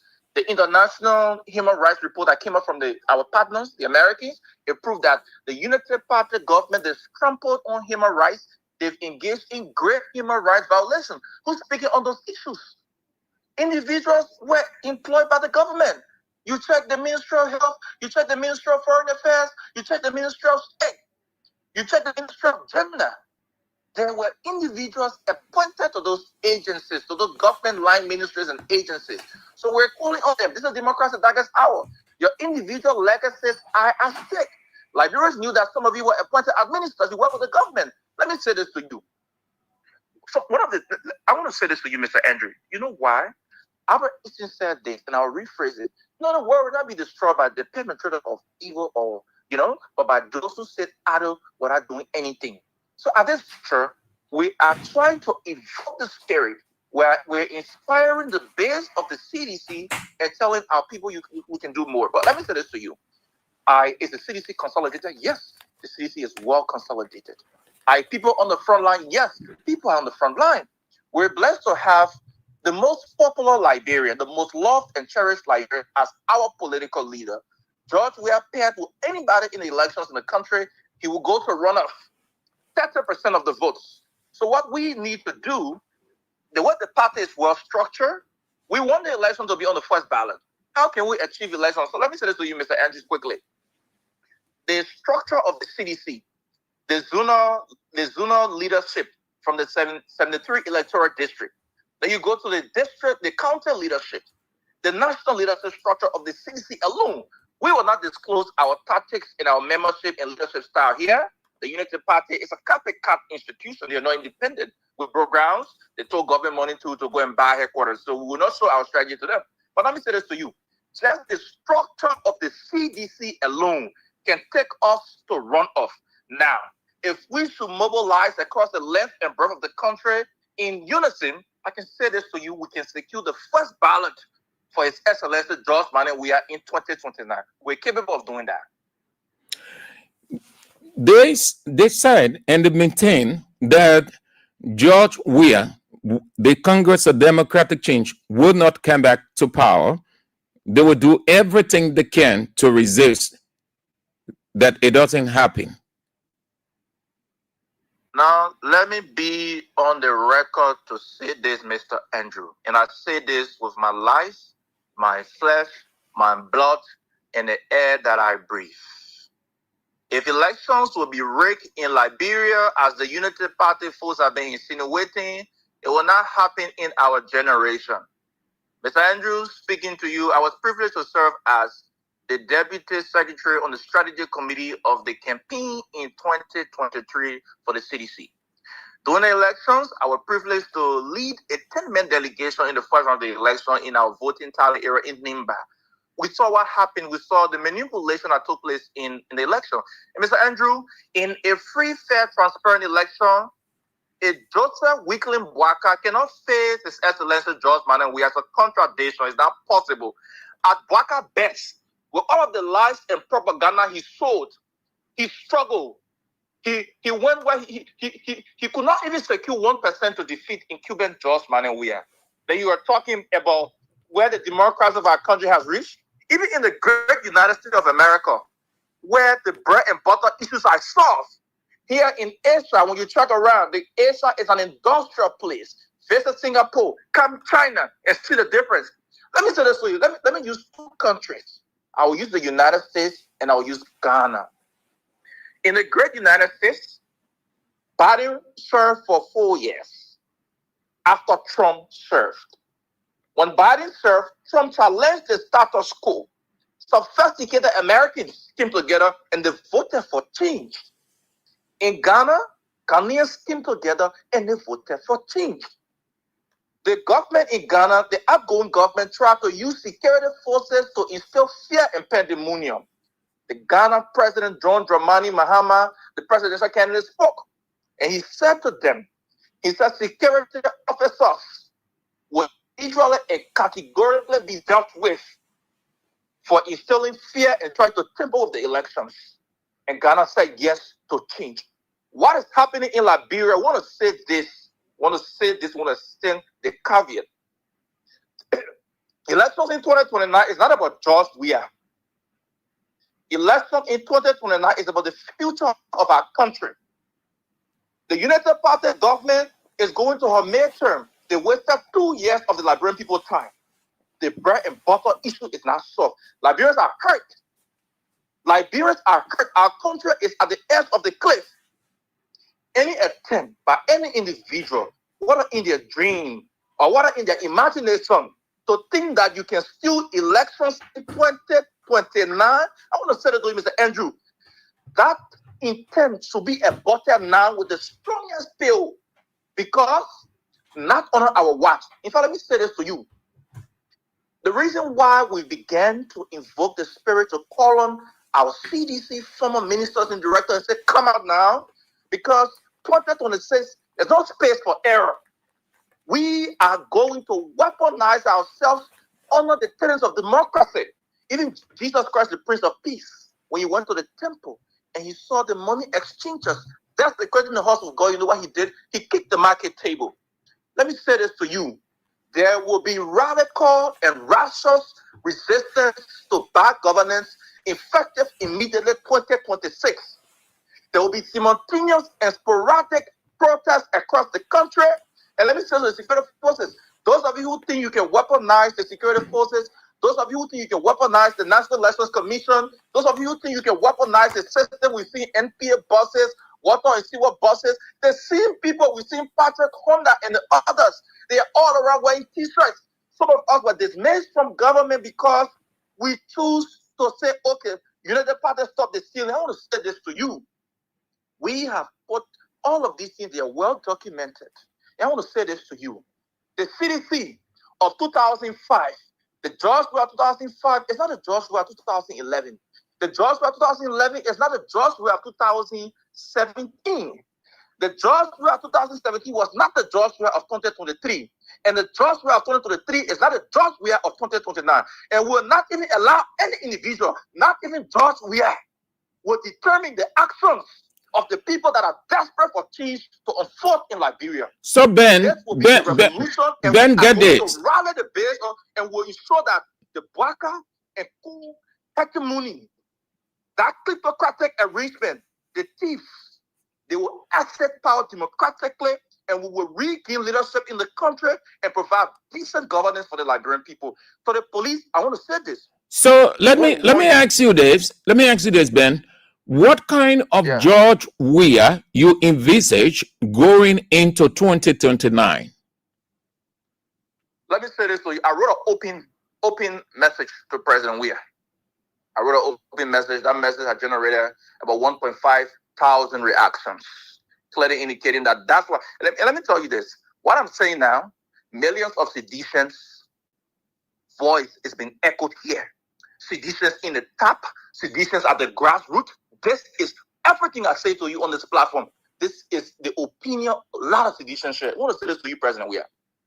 The kind of George Weah want to see in 2029 is the same George Weah who, when Bwaka was heading the Lofa Defense Force and the Unity Party arrangement, who helped to destroy our country, that George Weah that defied the bullet and went on the refugee camp to make sure that Liberian people were fed, to launch a scholarship across the country so that Liberians could go to school. The George Weah who challenged Charles Taylor, the George Weah who challenged the civil crisis and still infatuated his good humanitarian deeds.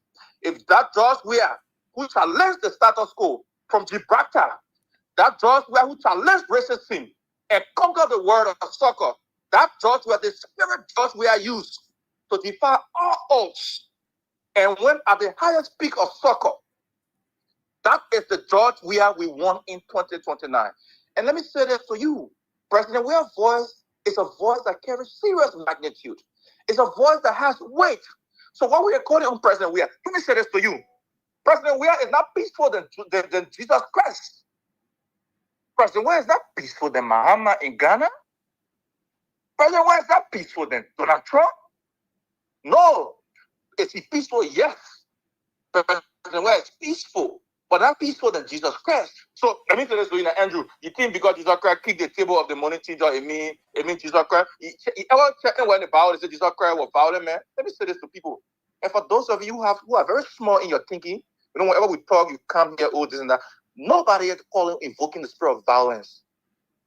Trump stood, in fact, Trump, you saw the intervention Trump made between Rwanda and DR Congo. We're hoping that against the result, peace is not an impertinence, you know, it's a gradual process. We hope so that Ben, Trump is pushing his peace. Ben, let me say this. Yeah, I want to inject this. I want to inject this before you continue. Okay. What I'm deducing is you are dismissing what people have here, that George Weah is soft, he's slow, he's not radical, he's not the talking type, he's more peaceful, and peace does not give the kind of result or change that the people of this country want against the government. George Weah is a peaceful man. What we're saying here, we are reminding His Excellency about his purpose. President Weah, we're reminding, you know, we talk about comeback. We're not, the CDC, you know, in politics, you have to read statistics, you have to follow geopolitical happenings, and you look at your political allies, your colleagues, and then you can learn from them. We are going for a comeback. Now, what I'm saying here, going for a comeback, we're urging our political leader to look at the playbook of the great United States from a terrific comeback. John Dramani Mahama made a very great comeback. George Weah is a peaceful man. Now, let me say this to you. The most peaceful thing President Weah can ever do is to redeem and rescue Liberia from those who want to destroy the country. The most peaceful thing President Weah can ever do is to protect the interests of Liberian people who will be turning out in their thousands, in their millions to cast their ballot in 2029 for him to change the country. The most peaceful thing President Weah can ever do, let me say this to you. The voice of President Weah carry weight. The sooner President Weah speak, the sooner President Weah, you know, sees the movement to save our democracy, the better for the country. That's why we're calling on him. He's a peaceful man. We respect that. But let us not mistake peace for weakness. You see the people in the Unity Party, they are uncivilized.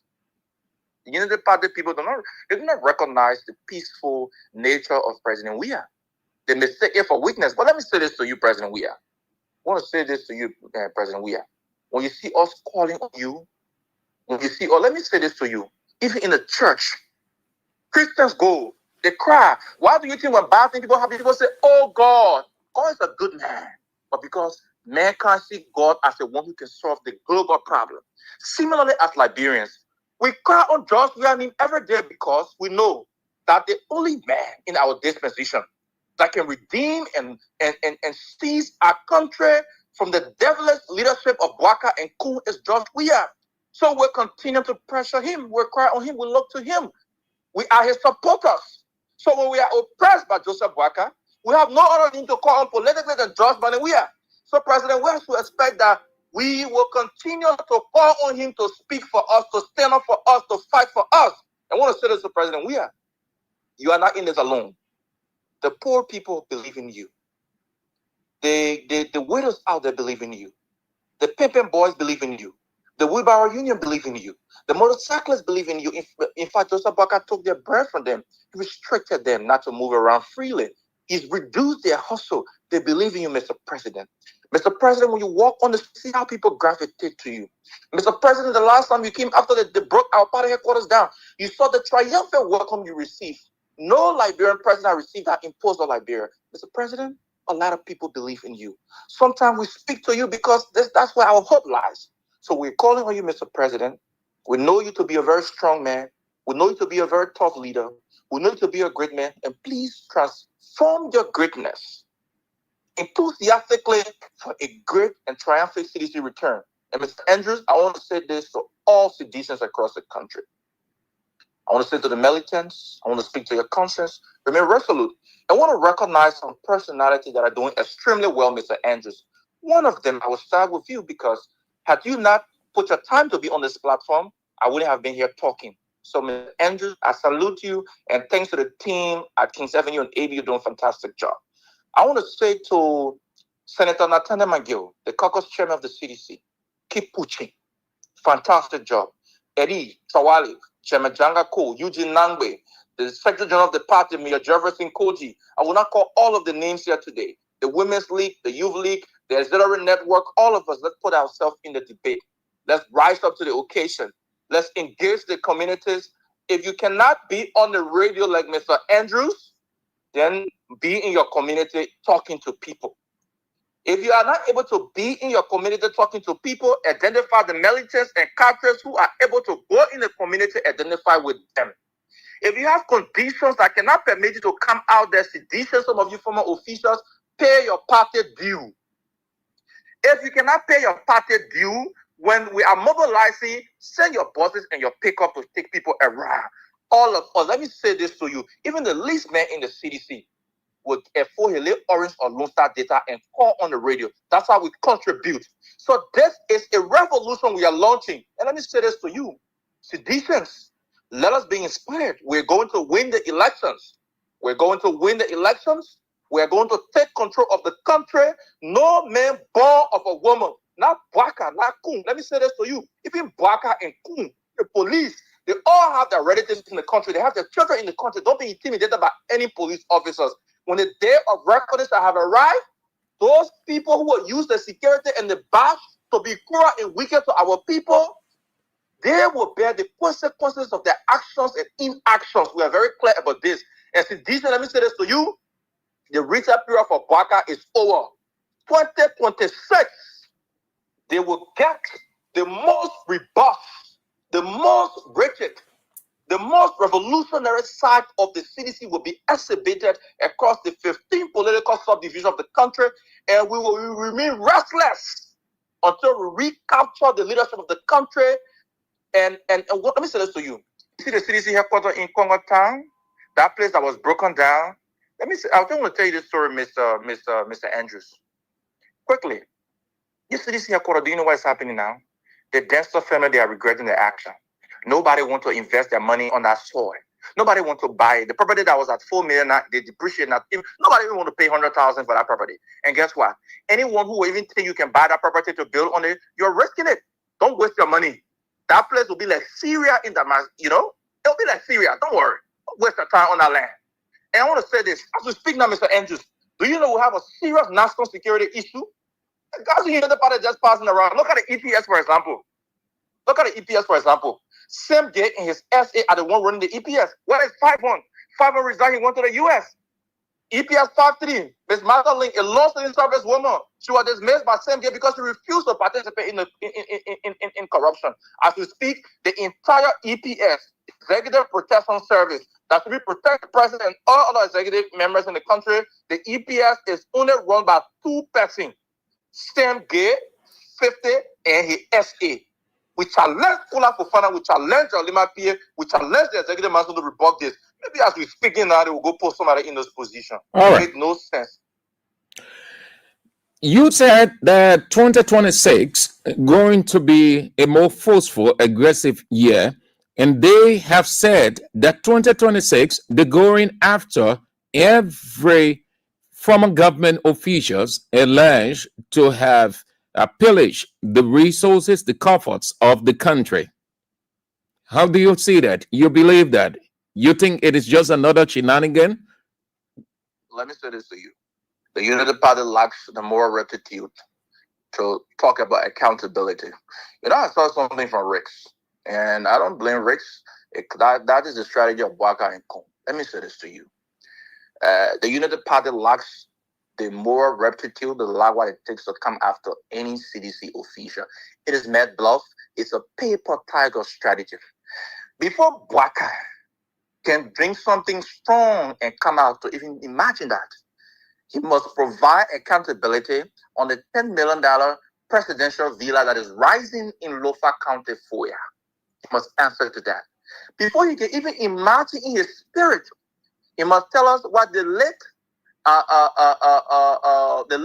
Gratespay, former Minister of State, did with the $500,000 that was taken from NASCO during the transitional period. Before they can even imagine coming after any CDC official, let me say this to you. Mo Ali, who were begging for gas in the used Toyota Camry, is the one driving a $90,000 SUV within 2 years' time. Let me say this to you. The Unity Party are paper tigers. They are like a stray dog and a cordial stick. You know when the dog is stray with the rabies, it knows it's about to die. It just wants to bite. And when it's bite, it wants to take something down with it. Or when you cut the tail of the snake, it is a stray. It just want to bite something, put the venom, and go down. That's where the Unity Party is. And let me say this to the Unity Party. The CDC will not draw back a micro inch. The nonsense you did on December 6th by taking armed officers at our party headquarters construction site, that nonsense will not be repeated. Going forward, seditions will protect themselves. Will not sit and allow our leaders to be subject to a system of criminal gang who think that they will use state institutions, they will use the judiciary, they will use the security where we're paying our taxes or things to come after CDC officials. Let me say this. Those are all fear tactics of the Unity Party. The Unity Party is afraid of a great comeback. You know why they are afraid? They are afraid because of what they are doing. A political party that will, in broad daylight, use the LSCC and LWSC to raise $1.3 million to pay for party. Let me tell you something that very, very, very naive that took place on the 6th of December. You know, those who can steal, lie, and kill, they're not smart. They're just wicked. They're just mediocrats. Let me say this to you quickly. The Unity Party announced that they're doing fundraising. A smart political party, I think Ellen on the Unity Party, she was smart in stealing more than Joseph Boga on the Unity Party. They're just stealing, more than just trying to steal because they were renting, no more rent again, so they're just stealing. Go up there. They were going to use Broad Street, call their supporters, they check the LSCC gave, plus the one that came from Water and Stewart, put all together $1.3 million and say, okay, we'll raise $1.3 million. By January, we'll buy our party headquarters. In January, they go to Congo Town and pay for that property. Then there will be debate. But the people are so unsophisticated. Our Secretary General, Jefferson Tamakoji, was able to use his intelligent and internal contact person who's serving original copies of the check. And he published it 2 days for that so-called December 6th rally. When he published the $1.3 million, the LCC came out with so-called flamboyant and a low-level, unsophisticated rebuttal. What happened a few days later? We saw the exact check, the exact figure that the CDC Secretary General Jeremy Tamakoji really was what they released. So let me tell you now, the United Party, how can you raise funds for a property that you already occupy? So, you know, the United Party is not sophisticated. And we want to say this. We're going to defeat the people. We'll beat Bwaka and Kun. And all of the corruption that is taking place, the human rights violations, police brutality, we are going to hold all of them accountable for that. All right. That is not leadership. Let's take this last question with 10 minutes to the call time. I want you to take some calls. December 17th is the People's Rally, the People's Assembly. And the Liberia Council of Churches have said that the government should not approve the Solidarity and Trust for a New Day, together with the other civil society organizations' request for the assembly, as well as Bishop Kotu Brown. They put it on the festive season that it is Christmas. What's your take on that? Kotu Brown is a spineless man. He's a very spineless individual. It is not the Council of Churches, the Council of Hustlers. And I'm calling on all Liberians, know God for yourself. Choose your denominations of worship for yourself. If you're a Christian, choose which parish to worship at. If you're Muslim, choose the most you're comfortable. Better still, if you, whatever when you can worship your God, do that. That Council of Churches, they're not representing any church. They are a group of hustlers wearing gowns and crosses. Let me say this to Chairman Moluba Molu. You're doing a very good job. Stand. The protest announced on December 17. We're calling on Liberians from all walks of life. If you know that your life has not changed or is not better, on Joseph Bwaka, come out on December 17. Parents, if you know you have not been able to raise your children's school fee, come out. If you know the hospitals in Liberia are not equipped, come out. If you know that there are dead bodies all over in the country, come out. When you know that there are fire burning people, homes, destroying lives and properties, come out. When you know that you do not have a cup of rest to your house to eat, but Joseph Bwaka is building $10 billion and comfort residence for himself in Lofa County, come out. Let me say this to you. Do not be afraid. This will not make you frightened. December 17 is the time that we come together to rally ourselves and send a very loud and clear message to the world. The world have to know that Bwaka and Kunde have failed. Let me say this to you. The world already know. The great United States government is the one that released the human rights report that said Bwaka and Kun, they are involving grave human rights violation. The MCC scorecard says the United Party, they have failed in governance. You have enough reasons. Come out in your hundreds of thousands on the 17th of December.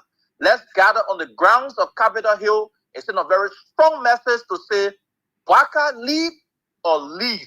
No excuse going forward. I want to say this unequivocally clear. December 17th is non-negotiable, and we're calling our people to be outside, and we are going to be in Monrovia. We are going to be on the ground.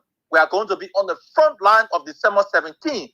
All seditions, all well-meaning Liberians that are victims of the hardship. Brother, let me say this to you, Andrew, my brother. Let me speak colloquial. My man, my man. Even some of our friends we know in the party, they call and say my man.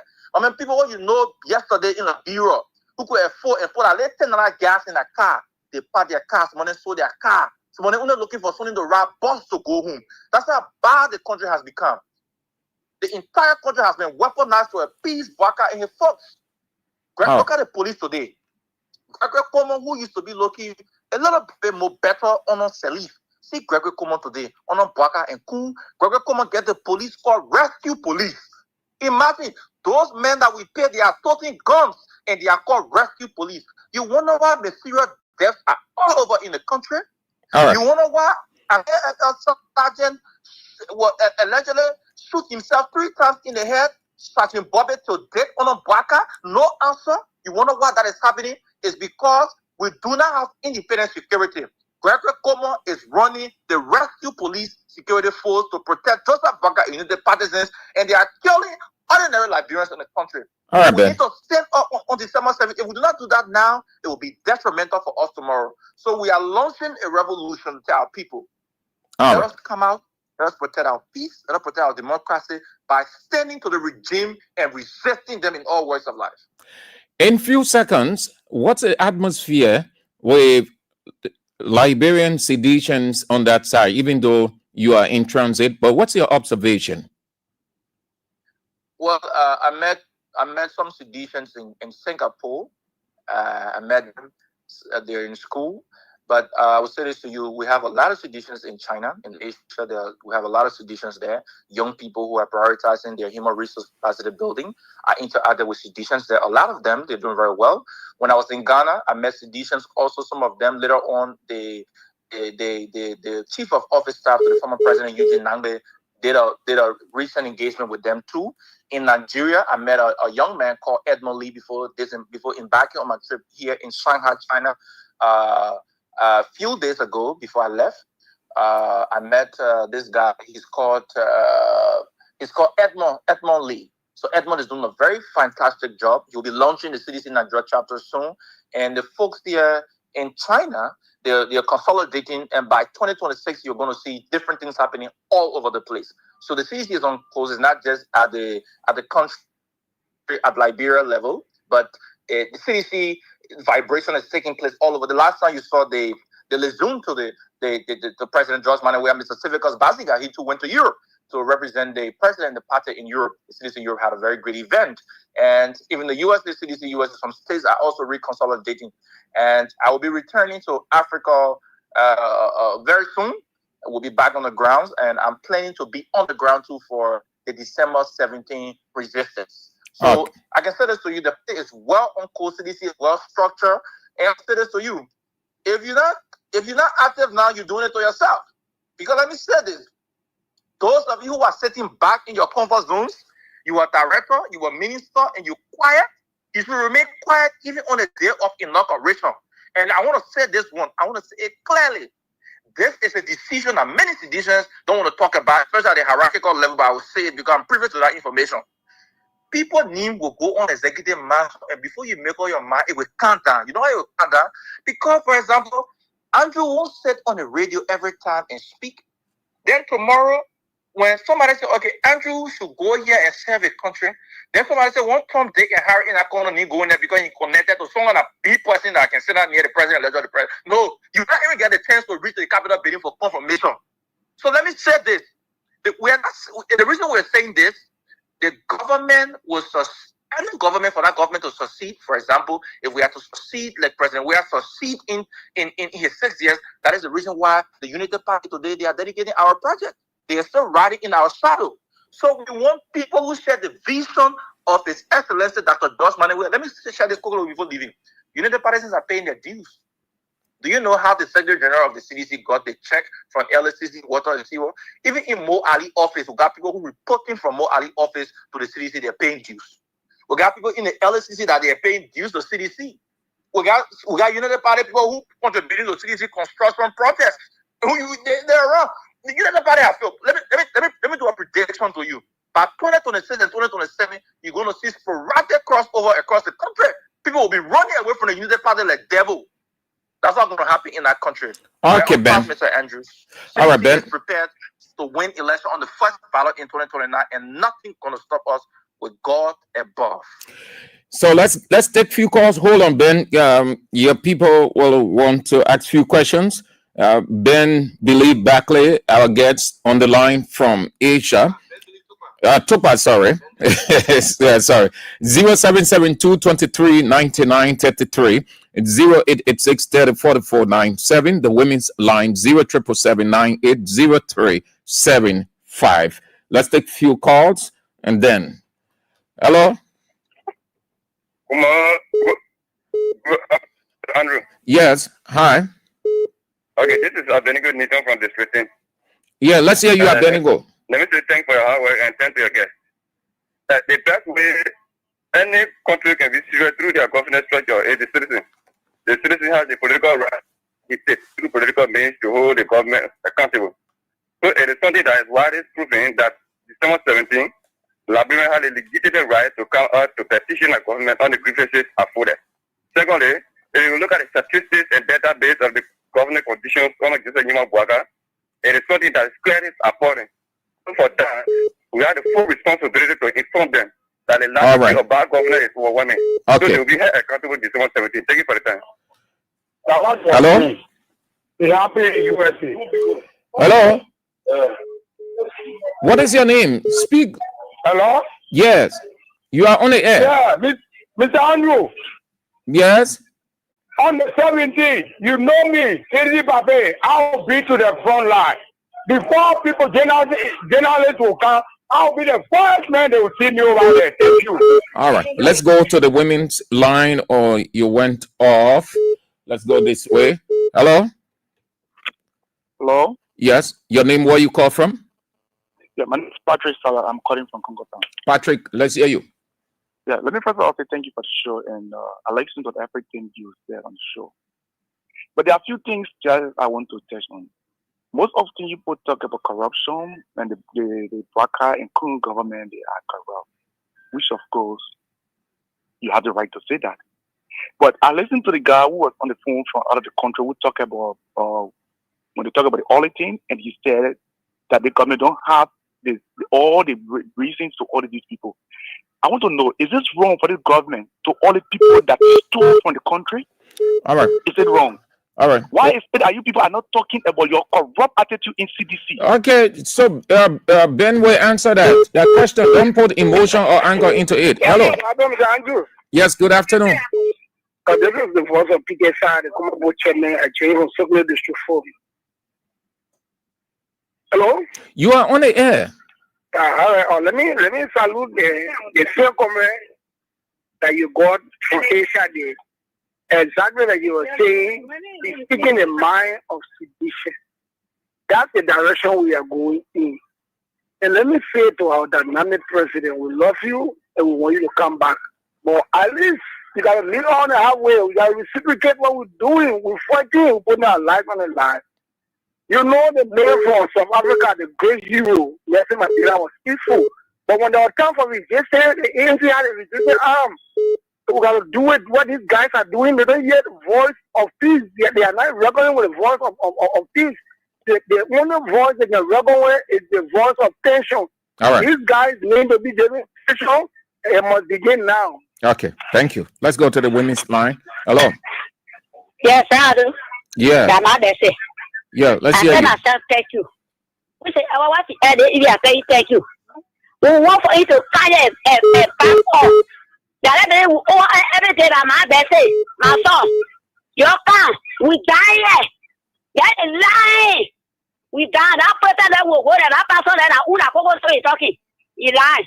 You can be enjoying your order. We say, baby, you will go on that protest. We'll go there. They want you up. Every people there, you up there. Thank you, baby. Hello. Hello, Brother. Yeah. Yes. Let me say thank you for the show. I'm Emmanuel and Freeman Jr. Ibrahim cousin William Peking. I'm joining from Teshke 2 from the community that Noah gives in life to the people. Let me say house up to your video guest.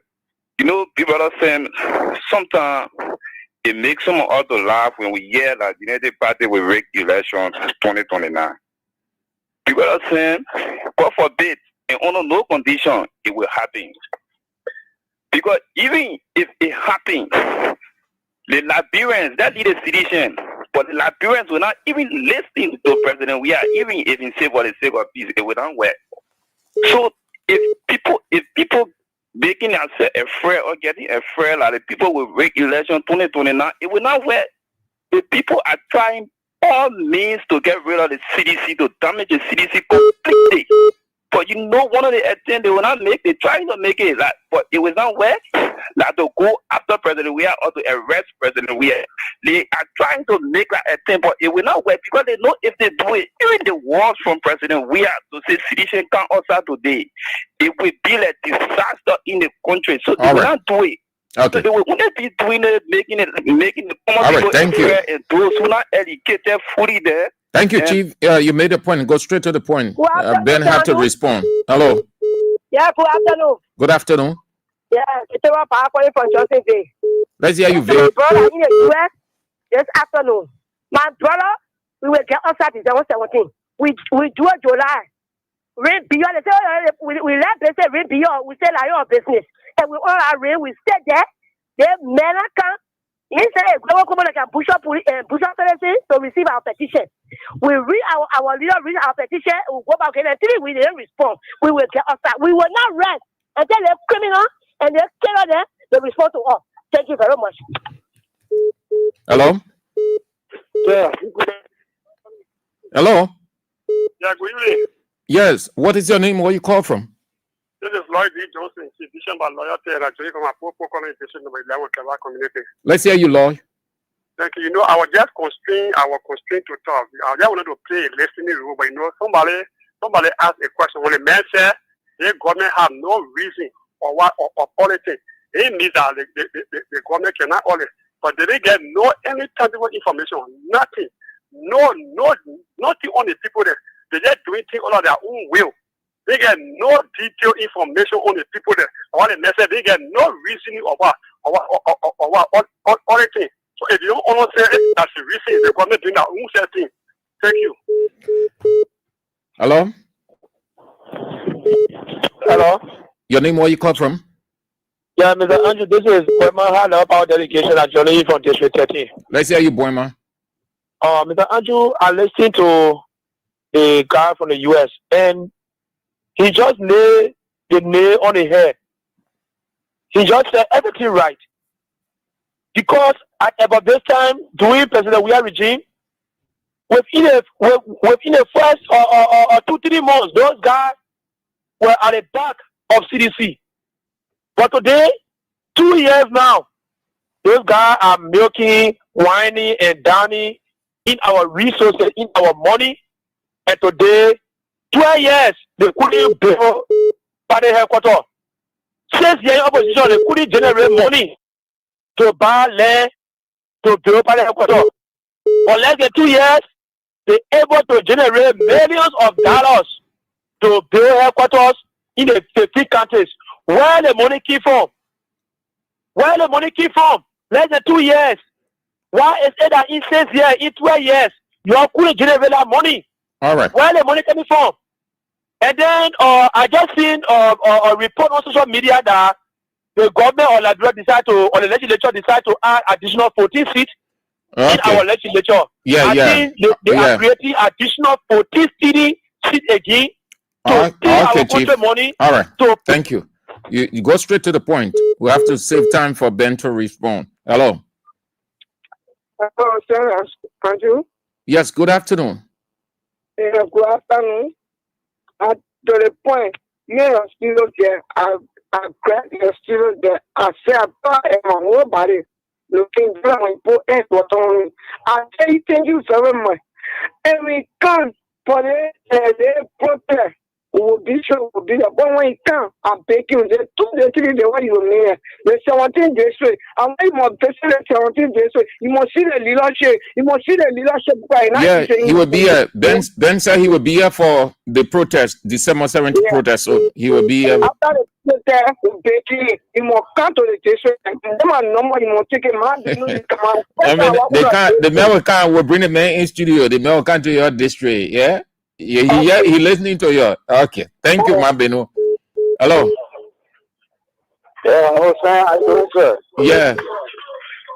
Well, I love calling on your show, especially the ideology of you and the explanation, the way you talk things.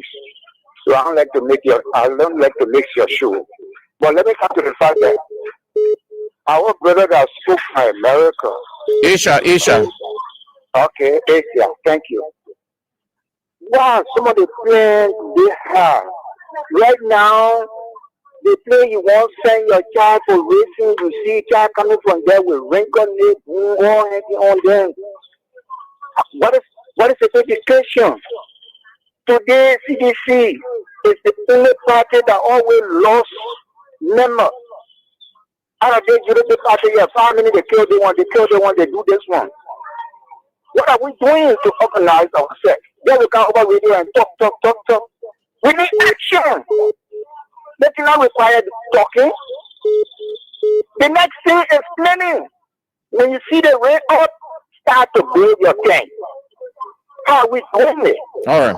Do we build it then? Or we just talking to give the people the impression that CDC is talking to what you want to do as a man, you keep it to yourself. Okay, Chief. Thank you. Let's take the last one, then Ben can respond. Hello. Yeah, good evening. Sen, how are you? Yeah, I'm doing fine. Yeah, thank you very much. Let me really appreciate you and your guests. This is Mohammed Gitawa, a member of the Suara movement. You know, the religious council or the law are telling the people not to protest they coming 17. They are not doing justice to the protester.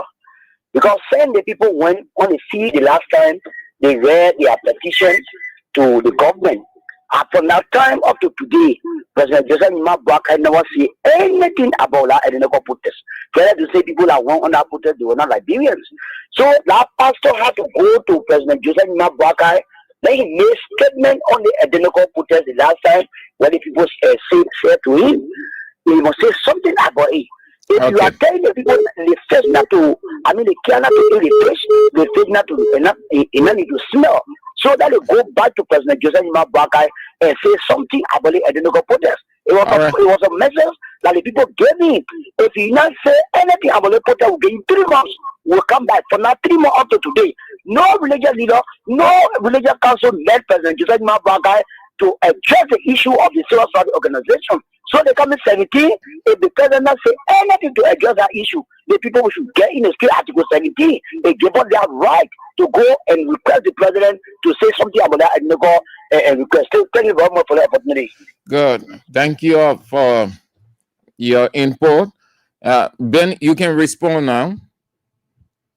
Okay, so most of the callers call in support, and we want to appreciate all of them, and we want to tell people December 17th, let's come on in our numbers, and let's make sure that we make December 17th a very great one. Let's join ranks with the chairman of Stand Molubake Molu. Let's fight for ourselves. Let's stand in resistance to bad governance in the country.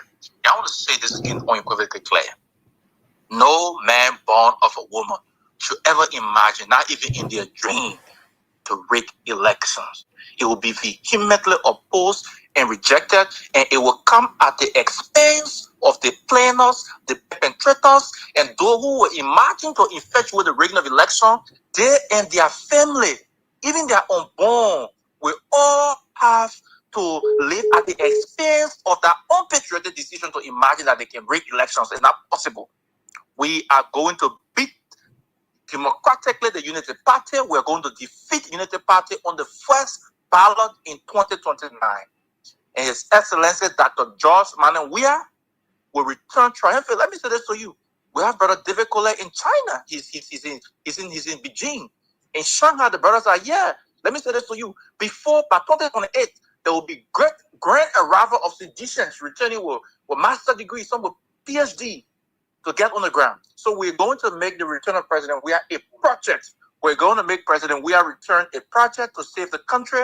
We're going to redeem our country, and we're going to ensure that decent leadership is restored. And again, I want to say to you, Mr. Sam Andrews, you're doing a fantastic job. I checked the view here on my laptop. In fact, you got millions of people following the show. I'm not talking about the live number, but you have millions of people, and you have a lot of people, over 30 persons have shared the show across the world. So you are doing a fantastic job, and your voice is not just restricted to the Liberian people. What you are doing for the country, I'm interested in geopolitics. I listened to you. You spoke about the coup d'etat in Benin. You spoke about that. You spoke about other global issues, and that's a very great one. I want to salute you, and thanks to the entire team at Kings FM. It is my pleasure appearing on the show. You are a very brilliant journalist, Mr. Sam Andrews. Thank you. Okay, Ben, we look forward to talking with you when you're in Liberia shortly. Okay, I believe Topa will be on the ground on the 17th of December to join Chairman Molubake Molu and the thousands of Liberians to say enough is enough. Lead or leave Joseph Mabwaka. Will be outside on December 17th. Thank you. Okay, Ben. Right, so that's Ben Believe Topa Dec from Asia on the line with his views on the situation in Liberia. He's in the country very shortly.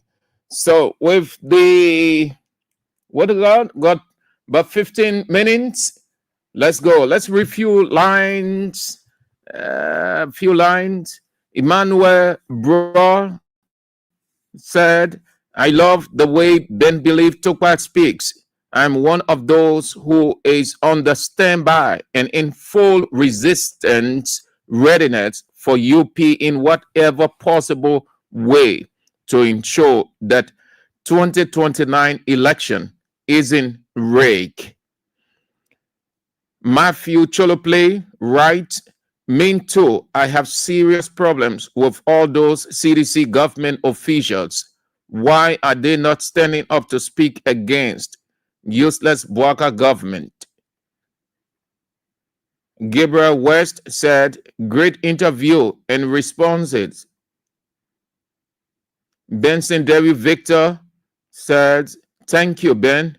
You couldn't have said it any better than anyone else. Jean Maboro writes, 2026 will be heated, and I hope CDC is prepared to handle that heat and heat after. Samuel Wapi Jilakai said, my brother, you have said it all. Keep it up. Refers to Ben that's Saxo Yankan. Rise. Thanks so much, my brother. Bless you forward. Okay. CDC coming back 2029. Okay. Samuel also said, I hope Weah will change his approach come 2029. And Trokon Dunbar said, brother, you are precisely speaking my mind. I jump up. Okay, your volume, meaning you increase the volume. Josephus Manning said, this young man has said it all. McCarthy Johnson says, brilliant speaker. All right. Thank you all for spicing it up with your comments too. I appreciate all of you. So we are returns to the presidency 2029. Unity Party is doing extremely well. They are campaigning for him. They think that they are condemning him, but they are doing the best. They are campaigning for George Weah and the Congress for Democratic Change. Like Ben said, re-echoing what Nathaniel Magate said, you seditionists have to develop an aggressive approach. Reach out, talk to people, make them to see reason, energize them, give them that spirit. Everything is in place. Everything is possible. Don't be discouraged by what you hear. It is the mind game. Politics goes with the mind game, and the mind game goes with politics. It is the normal trend in politics. When you hear people say you have to have a hard skin, if you can stand the heat in the kitchen and get out, that is exactly what it means. Not physical fight, but idea, innovation, propaganda. What you are saying from Unity Party is a mind game. Don't be jittered. Don't be carried away. Don't get discouraged. They will tell you all those things and you will hear even more. They will come out with atmospheric intimidation, meaning they will just be heightening the atmosphere so you will get scared. Like what you saw them doing, they will run to the side. Oh, they're arresting D. Maxwell Kimaya. They're arresting this person. And then they have their media institutions, their online media to spray it in no time. Don't be carried away by all of those things. They are afraid. Nobody within Unity Party can beat George Weah. Nobody, absolutely nobody. Go and ask God. He will tell you the same thing. Nobody in Unity Party can beat George Weah. Unity Party will only depend on creating chaos, and that will not work because they are the power that be. They will think that they can hold on whichever way, and then the international community will say for the sake of peace. But that will not happen. No, for the sake of peace. It will not happen because the elections will be free, fair, transparent. Our country has gone down in global history as unique democratic transition that no country has ever experienced on the African continent. Yes, don't be afraid. Relax. They know the strength. George Weah is not strange to them. George Weah is not a novice to Liberia's politics. If he isn't talking, it doesn't say that he wouldn't talk. Leader, not just any person who is in leadership, but leader talks when it is appropriate. A classic example I can share with you. When all those things were happening around CDC headquarters, with CDC headquarters prior to the destruction, what some people said, Weah was not showing leadership. Some said, why Weah would sit and allow the people to destroy the headquarters. Even people from within, people who are close to him, people who are politicians, we heard some say he didn't have the leadership. Their understanding of leadership in this country, or a leader, every little thing you must speak, you must shout, you should scream, yell, you should make threat, you should radicalize the atmosphere. Then they say you are a leader. No. Real leader talks less, listens more, analyzes well, and takes the appropriate action at the right time. And that's what you saw with George Weah. All the people who said that Weah wasn't talking, that Weah needed to talk, that Weah sat there and allowed the people to break his headquarters. When it was time for Weah to speak, Weah demonstrated leadership. And that leadership is what you see today that you have as testimony that Unity Party can testify to. If your leader is not radicalizing the atmosphere, not being aggressive, not making threats, it doesn't say that he isn't a leader or he's weak. We have to take that misconception of our culture that a leader is that person who is aggressive by words, that person who radicalizes the atmosphere, who stir people up, who make threats and all. No, it's how you think, how you envision the future, and how you get your people ready to enter the future. Just as George Weah analyzed, well envisioned, and was ready to get his people, CDC supporters or seditions, into the future. And that future is what you have as a new headquarters.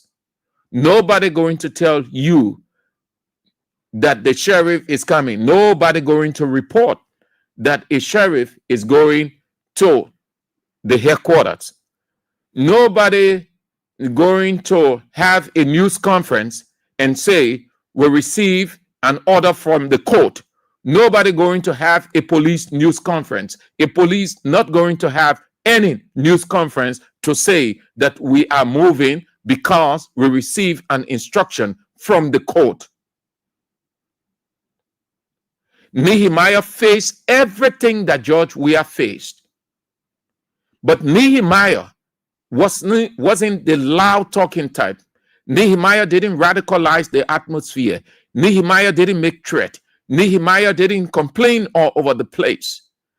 When he got the news, he made a simple request. The difference between George Weah and Nehemiah atmospherically, Nehemiah had to go to the king.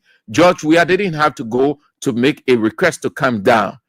But everything beyond there, everything, look at, if you have time, look at the typology between George Weah and Nehemiah's story. They share the same typology. Nehemiah kept his cool. People were uncomfortable the same way. And Nehemiah spoke to the people and told them to come down. He knew exactly what he was doing and the future he envisioned for his people. And then he started the rebuilding. And everybody who were affected, they joined Nehemiah to rebuild the wall. There was a unanimous support everywhere. Everything they needed, they got it. The difference, again, the second difference between George Weah and Nehemiah built in 45, and yes, George Weah put the number at 6 months, 1 year. Nehemiah's number or duration lesser than Weah, but they had number, they shared number, they share just everything. So you see, Nehemiah would talk less, analyzed well, and let his people read the entire story of Nehemiah and put it in the context of George Weah and CDC. So you don't look, if a person is not shouting and screaming, yelling all over the place, calling the media, calling press conference to announce that we're doing this, they broke down our headquarters, and the police director is this, and President Bwaka is that. No. But they analyze the situation and say, you'll leave it.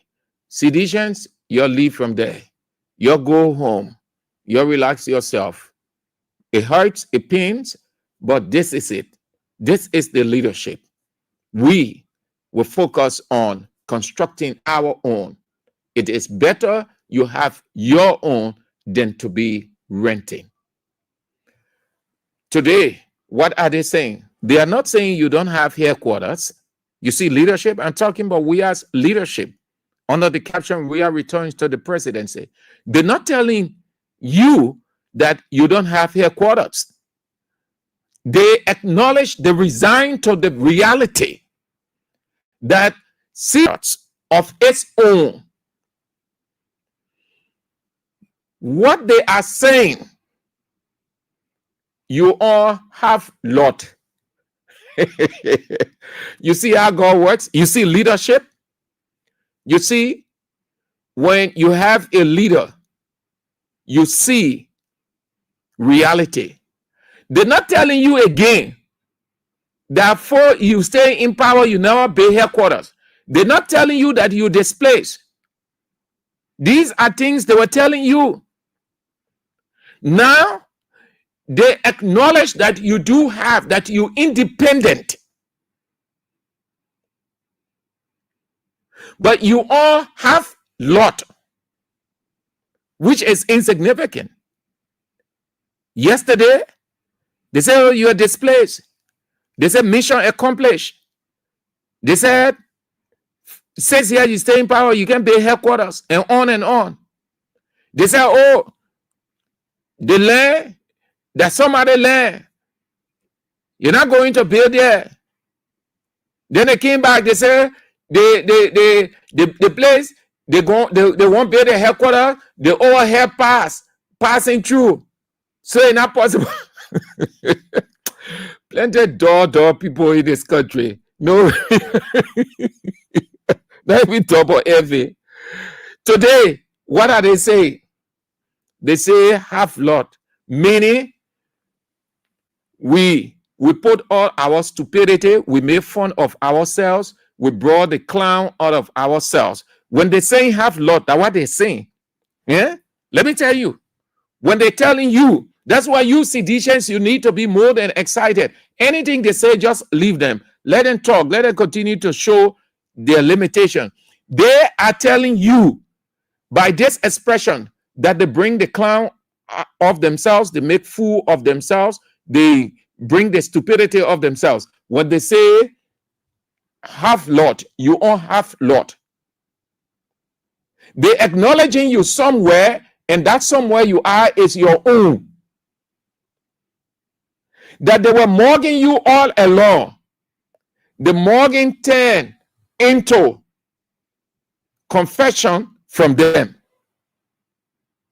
So they're not saying that you don't get headquarters. Oh. They're not saying that you stay in power, says yeah, you don't get headquarters. They're not saying mission accomplished. They now acknowledge that you are independent.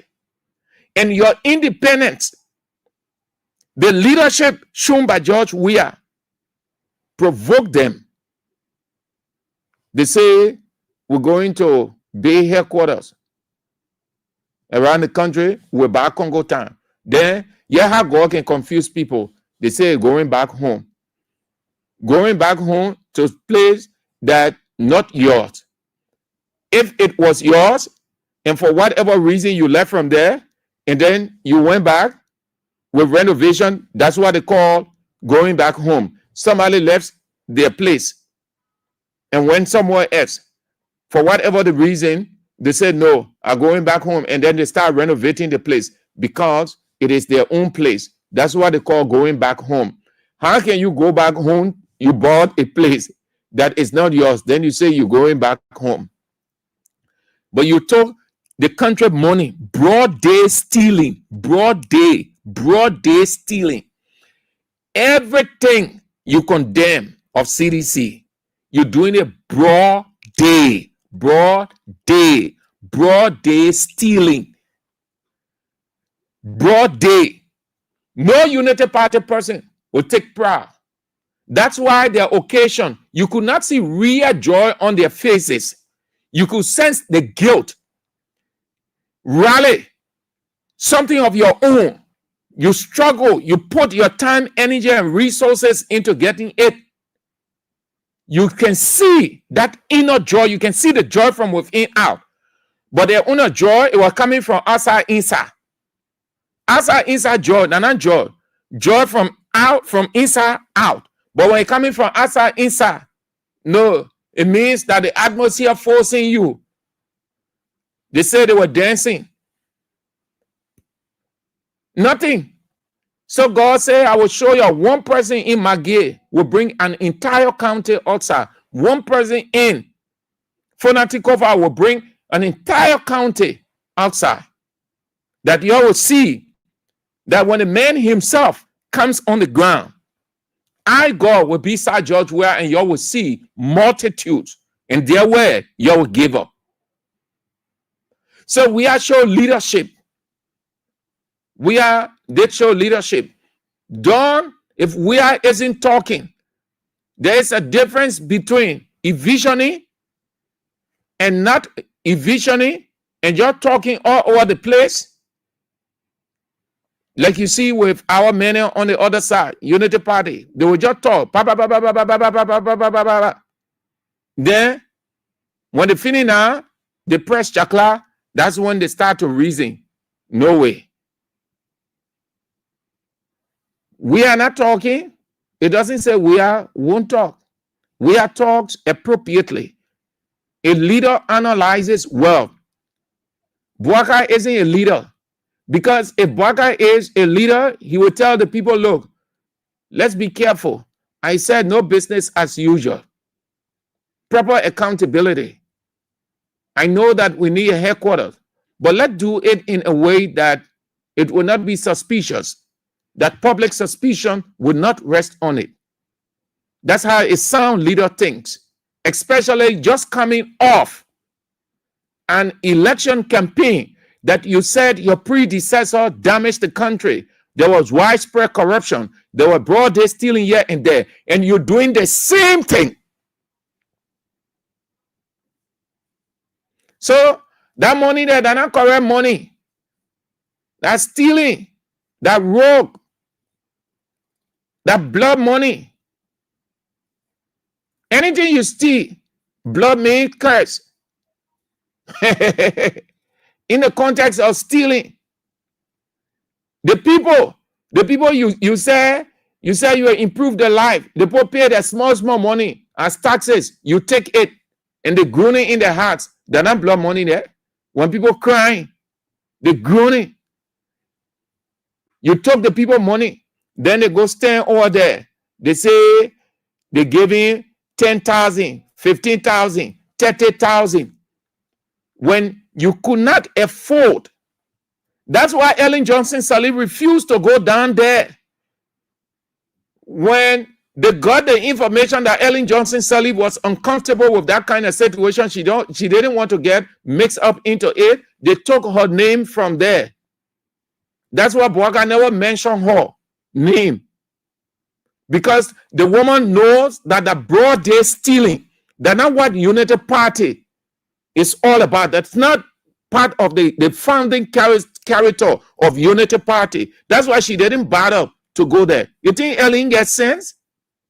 The more knows that's how you build, you take, well, you secure party headquarters. Broad day stealing. You took the country money after condemning your predecessor, the corruption days, corruption that, corruption in play. You brag. Then you doing a broad day justifying. I see y'all, man. I see y'all. We're back tomorrow, if God permits. 8 o'clock, you already know. The doctor is in. The only teacher of the line. A teacher, the only light. that other light, so that light going off perpetually. Yeah.